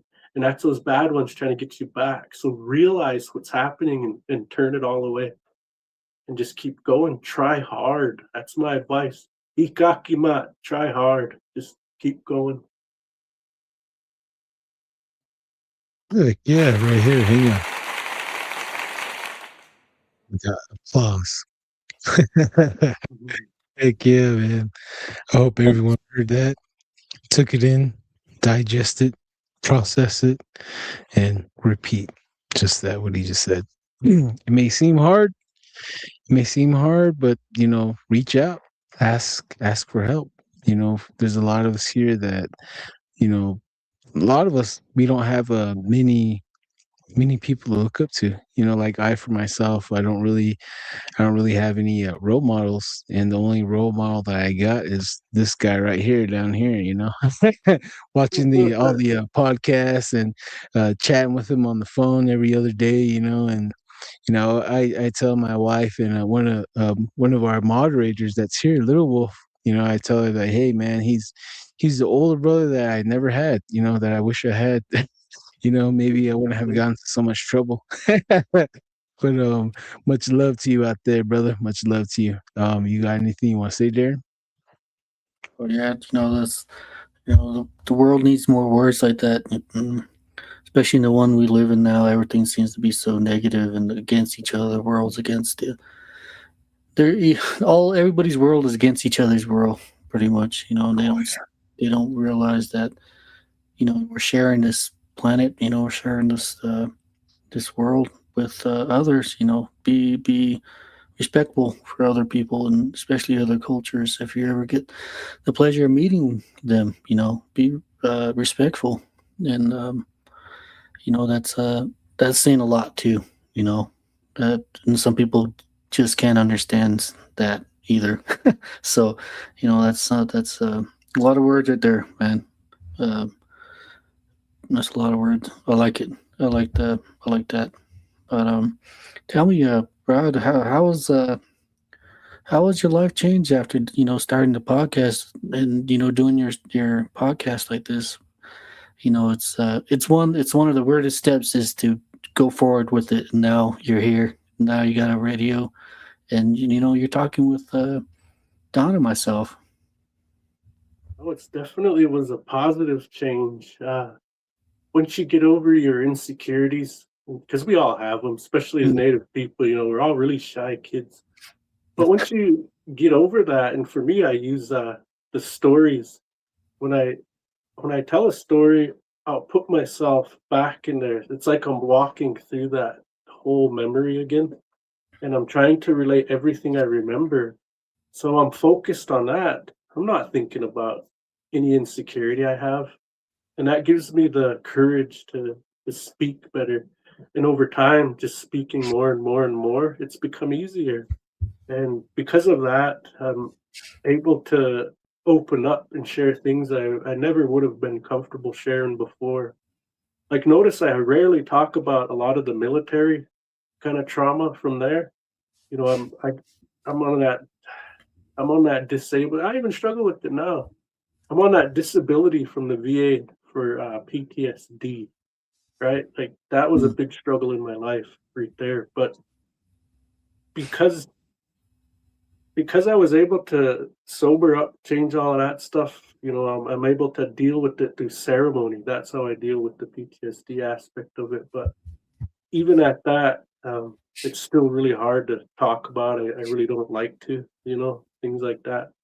Because of those memories, if you walk through them, Mm. it's tough, man. It's just something that you just want to sit down and kind of accept and just leave it at that. It's really kind of a hard thing to do. But in general, it's been a whole positive experience because it's helped me overcome my insecurities and also reach out and gather more friends. Like, I never thought Little Wolf would, we're TikTok friends, we're online friends. I never thought I'd have friends like that. Cheryl, Vanita, Shy, Maddie. Mm. I mean, everybody here. And, everybody that's always listening on TikTok. It also, outside of TikTok, I have another group of people I always talk with too. There's Facebook friends that have friended me and that share stories about a lot of things as well. And I mean, I constantly interact with different people, right? And like So Pretty, to this day, we're constantly sending each other funny cat videos. It's broadened my friendship. Mm. And when you have friends, like really good friends, it's something that you can't put a price tag on, because a military veteran will tell you this. We don't have a lot of really close friends just because of how we are, right? Now, when I go to ceremonies, I have many friends. And then also other interactions like this, I have many friends, right? But if I'm just out in the civilian world walking around somewhere, like around here, like, because I live off the res, right? I bought a house off the res. I don't have a lot of really close-knit friends, so I get to do all of that through this. And a lot of us veterans, what we really need is people we know we can rely on, and we could call up at any given minute and just talk, right? Even if it's just about the most mundane things, because what kills us is our inside of our minds. That'll start driving us nuts. So when we got something we could get out there and rely on, that really helps. And the podcast has helped me do that. But the bigger aspect of this podcast that's changed in my life is realizing the magnitude of these stories.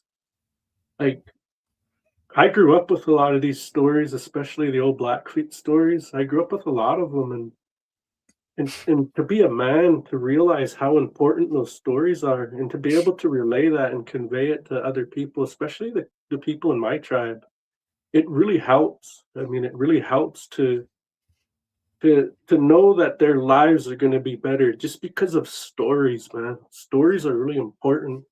And that's why I say the magnitude of this, because not only that, but the sad fact is we don't live forever. So if you get your stories out there, they're always going to be saved for your kids and for grandkids and for any family, friends.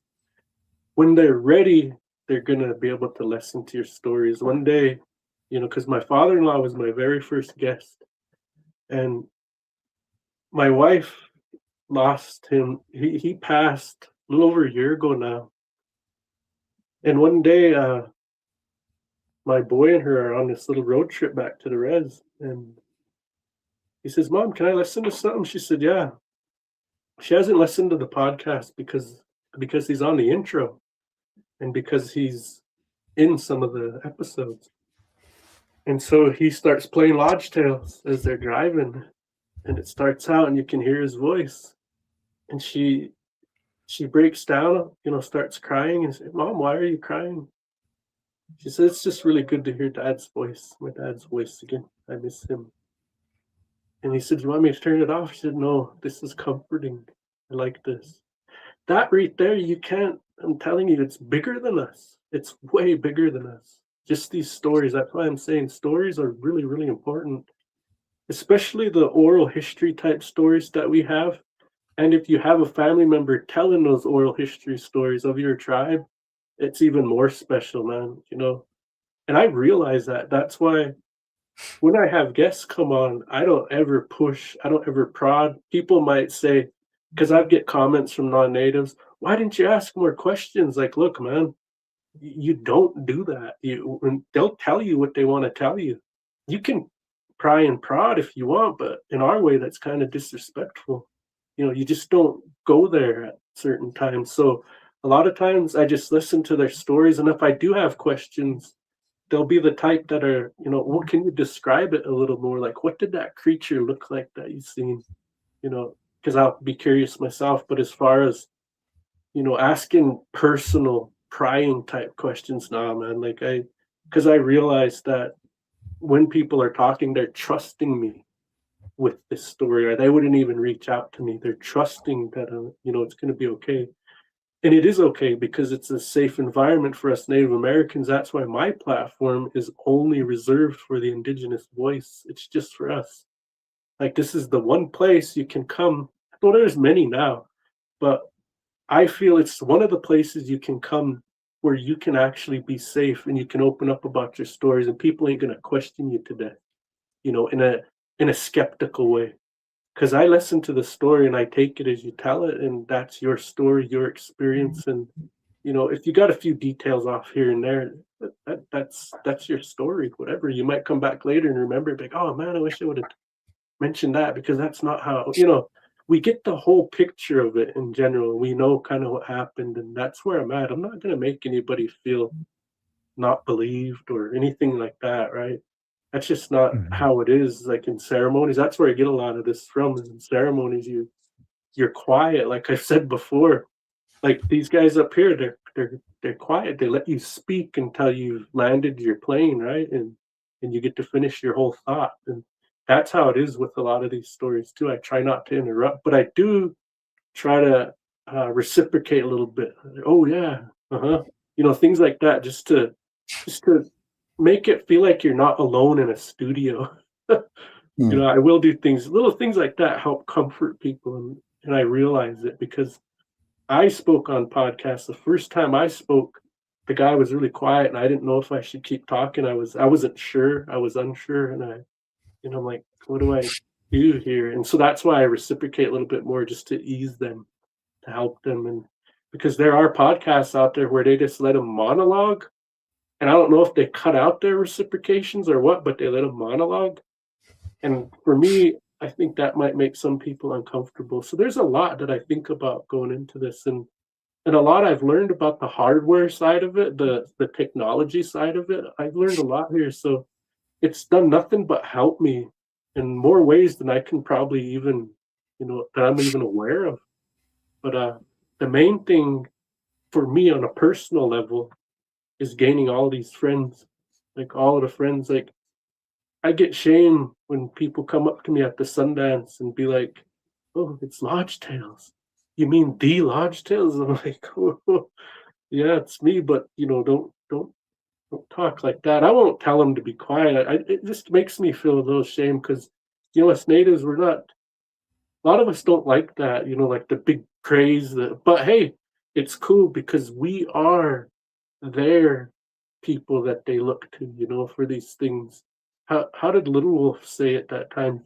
You are our celebrities. You're our celebrities, right? So I don't ever like using that word when I refer to myself, but I've heard her use it. I'm quoting her. So anyways, that's kind of, I guess, one thing I really like about it is getting these friends. I consider them friends, not fans, friends, man. Like, they're friends because I interact with them on TikTok and Facebook, wherever I can. And I try to answer every comment. The only one I struggle with is Spotify because it's hard to reply on there. I don't know why, for me on my end. It's just, I don't get the notifications. And then when I do check, there's a whole bunch piled up. It's when you look at one, it shoots you back to this weird screen where you have to scroll down. I don't know. I just think it's really hard to interact on Spotify. I think that needs to be improved. But other than that, I mean, that's it for me, Darren, is I like all the friendships that I make and I have made through this, this journey. That's you just took the words out of my mouth. Personally, I was never a talkative person. So, and I'm still learning how to talk to people. I still have a bad rep for not texting back or stuff like that, or talking a bit more. So it's a learning experience, and it's and it's great. I can't believe it.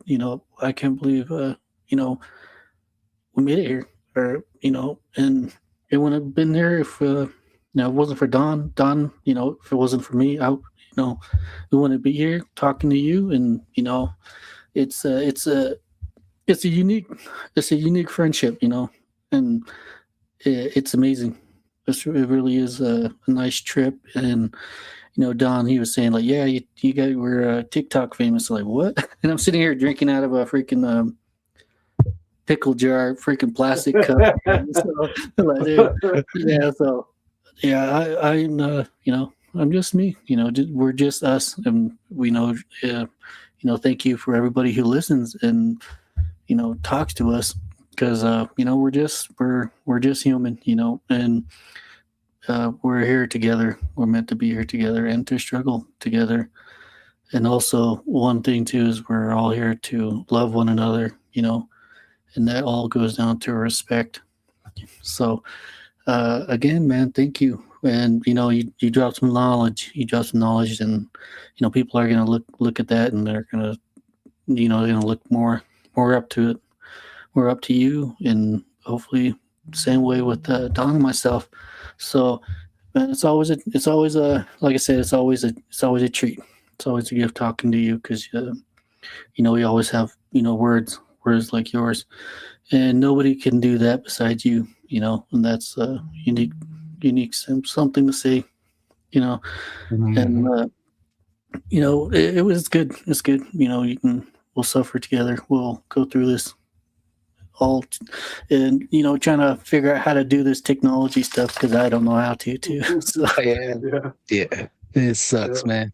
Yeah, man. Like when we first started hanging out, Darren was quiet, making jokes. First time hearing Darren laugh, he was like, I'm like, what the hell, you all right there? Yeah, ha ha ha ha ha. Like, oh, I was just playing there. I was just playing. But for real, Rodney, Darren is right what he said earlier. Like how I see you, you're a tree.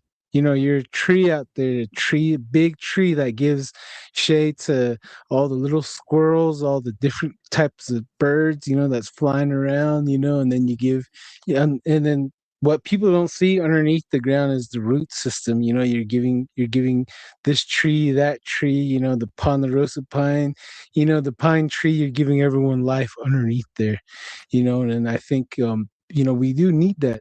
We need pillars out there. We need an older brother. We need an older sister out there.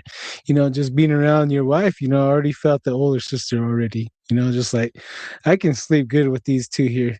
Being around, because there's certain people where I can't sleep. I'm awake. I'm on my toes. And then with you guys around, just like, hey, I'm just gonna relax.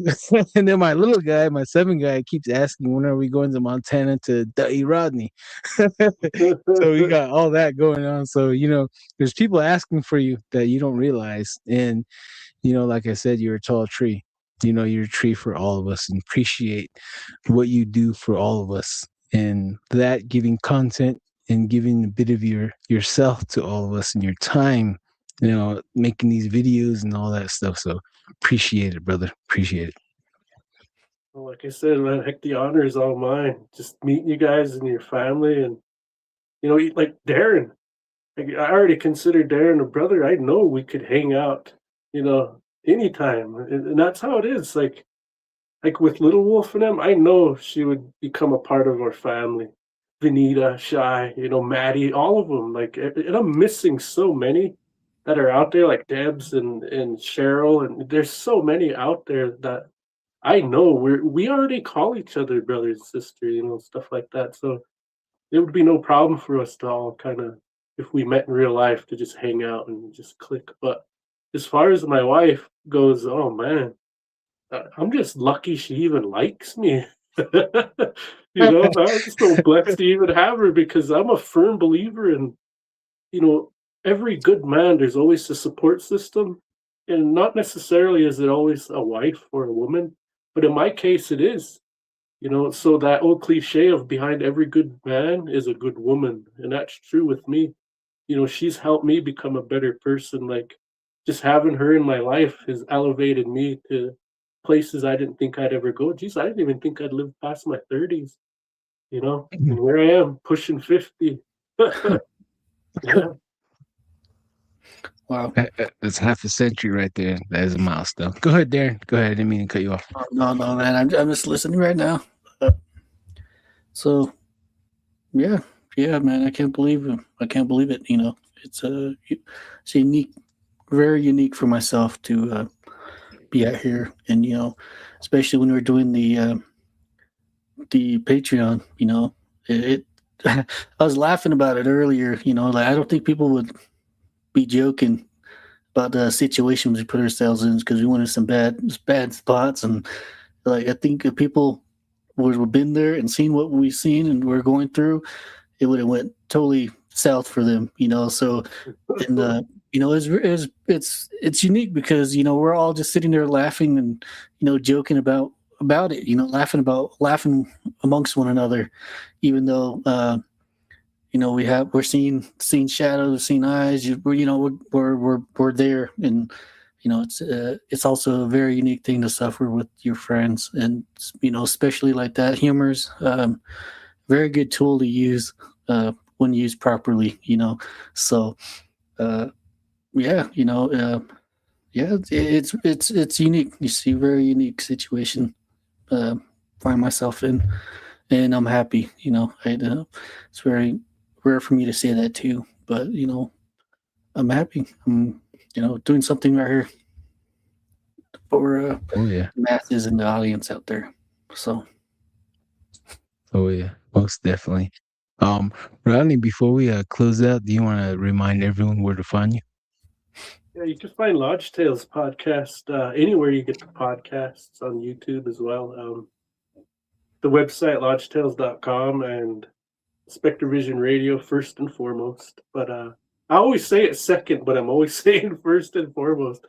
And then you got Patreon where the members only episodes are.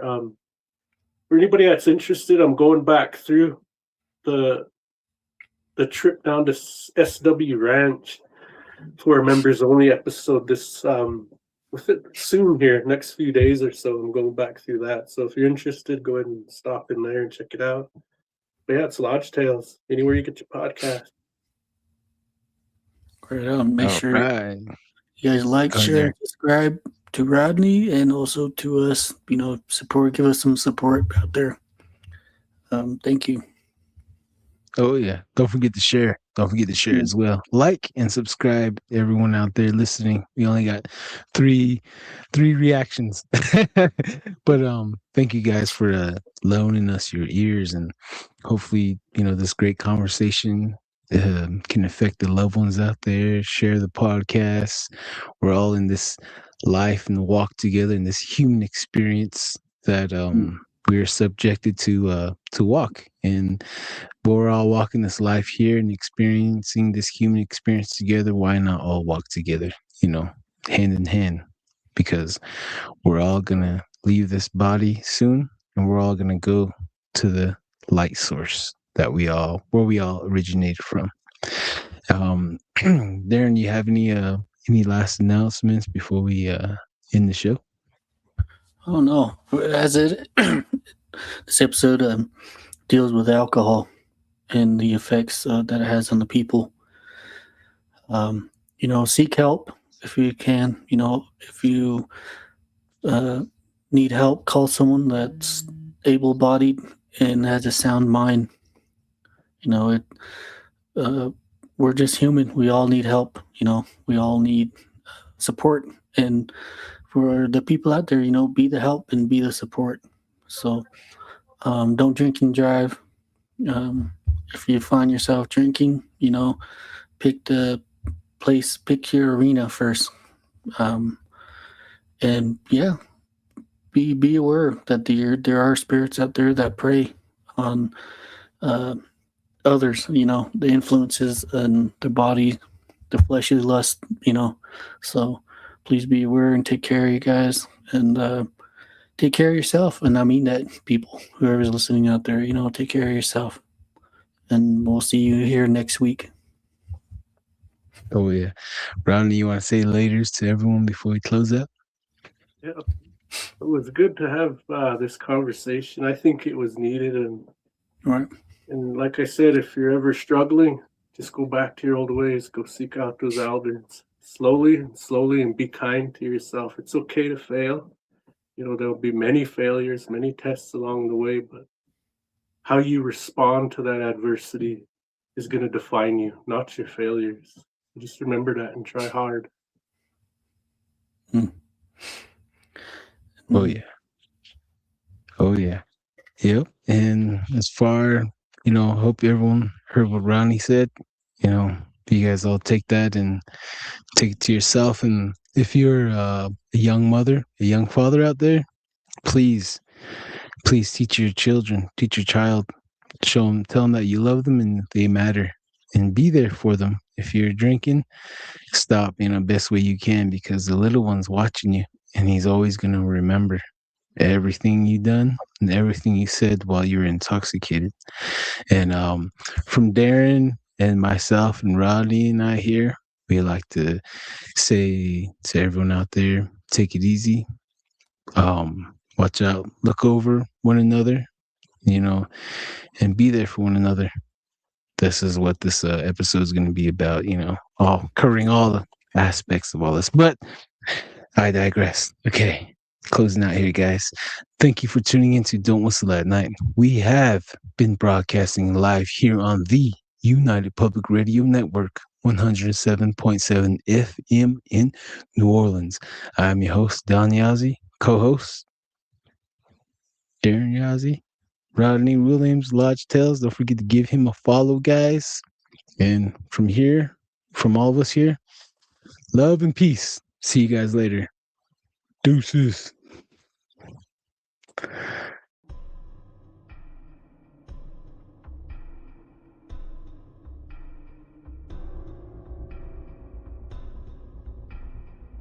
Welcome to Don't Whistle at Night podcast, where Navajo legends echo in the shadows.